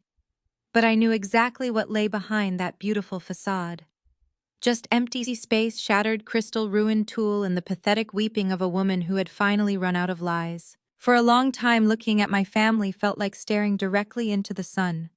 It was blinding, painful, and it always left me feeling disoriented and small. Valerie had spent 18 years systematically trying to dismantle my self-esteem. She weaponized my darker skin, my natural hair, and my academic ambition, punishing me for everything that made me beautifully different from her hollow golden child. She demanded my obedience while stealing my resources, conditioning me to believe that my only value in this world was to serve as a stepping stone for Kiara's manufactured success. Society constantly preaches the dangerous narrative of unconditional forgiveness. We are told to protect family at all costs, to turn the other cheek, to accept toxic behavior under the guise of loyalty. We are told that walking away from our own blood is a sin. But as I sat in the back of my chauffeured vehicle, surrounded by the undeniable, tangible proof of my own self-made empire, I knew that walking away was not a sin. Walking away was the ultimate act of survival. I looked at the venue doors and felt a profound physical shift in my chest. The heavy, suffocating chain of generational trauma that had anchored the women in my family to poverty and abuse was finally broken. Valerie had inherited that toxicity, nurtured it, and passed it down to Kiara, who happily wrapped it around her own neck like a diamond necklace. But the curse stopped with me. It ended tonight on the cobblestone driveway of my own commercial property. I had taken the brutal humiliation they subjected me to at my college graduation, and I had forged it into an indestructible suit of armor. They laughed at me when I packed my bags with $570. They threw me away because they thought I was weak. They had absolutely no idea they were throwing a seed directly into fertile soil. I felt no guilt. I felt no lingering sorrow for the mother sitting in the back of a police cruiser or the sister crying on a dark dance floor. I was entirely unbothered. The emotional debt was permanently settled. I had paid them back for every stolen dollar, every cruel insult, and every moment they made me feel like an unwanted guest in my own life. I did not just survive them, I conquered them. I bought the very ground beneath their feet and evicted them from my reality. I am ready, David, I said, my voice carrying the steady, resonant power of a woman entirely at peace. Take us home. Yes, ma'am, David replied smoothly. I pressed the silver button again. The heavy tinted glass rolled up, completely silencing the ambient noise of the Beverly Hills estate and sealing me inside my quiet, luxurious sanctuary. David shifted the Maybach into drive. The massive vehicle glided forward with effortless power, its tires rolling smoothly over the cobblestones where Richard, Eleanor, and Preston had just experienced their spectacular public ruin. We passed the empty valet podium where Valerie was arrested. We passed the manicured hedges where Kiara had tried to assault me with a broken champagne flute. The wreckage of their lives was scattered all over the courtyard, but I did not spare a single downward glance. The Maybach reached the end of the long driveway. The heavy wrought iron security gates swung open, automatically granting us passage into the exclusive residential streets of Los Angeles. David turned the steering wheel, and the car merged onto the smooth asphalt of the main avenue. I looked out the window as we drove down the iconic palm-lined streets of Beverly Hills. The towering trees flashed by in a rhythmic, hypnotic sequence, illuminated by the soft amber glow of the streetlights. The multi-million-dollar mansions hidden behind tall privacy walls and iron gates were no longer intimidating symbols of a world I was excluded from. They were just properties. They were assets. They were peers. I belonged in this world because I had built my own seat at the table, brick by grueling brick, completely independent of the people who tried to destroy me. The air conditioning in the cabin hummed quietly, keeping the temperature perfectly regulated. I leaned back into the soft leather, closing my eyes for a brief moment. The tension that had lived in my shoulders for 12 long years completely evaporated. The dark chapter of Valerie and Kiara was officially closed, locked away in a federal evidence file and a county foreclosure registry. The future belonged entirely to me. It belonged to the financial empire I was expanding. It belonged to the tech center I was building for the next generation of young Black girls. It belonged to a life of absolute freedom, unshakable wealth, and total autonomy. I opened my eyes and watched the city lights blur into a brilliant, sparkling ribbon of gold against the night sky. The car continued its smooth, powerful journey down the winding roads, carrying me further and further away from the toxic ruins of my past. It was the perfect conclusion to a 12-year journey. It was a complete, undeniable victory. It was total, absolute, and sweet revenge. The ultimate lesson from Chloe's journey is that true power and self-worth come from within, not from the validation of a toxic family. Blood relations do not excuse abuse, manipulation, or financial exploitation. For years, Chloe was treated as the family scapegoat, enduring emotional cruelty while her sister was celebrated. However, instead of letting their hatred break her, she channeled that pain into building an undeniable empire. Her story teaches us that the best revenge isn't loud arguments or physical retaliation. It is massive, unbothered success and the absolute enforcement of boundaries. Financial independence is a crucial shield against manipulation. When you build your own table, you never have to beg for a seat at someone else's. Ultimately, cutting ties with toxic relatives is not an act of malice, but a necessary step for self-preservation and personal growth. You are not obligated to set yourself on fire to keep your abusers warm. By walking away, Chloe broke a generational curse and reclaimed her future. Have you ever had to walk away from toxic relatives to protect your peace? Share your own journey in the comments below, and don't forget to like and subscribe for more empowering stories of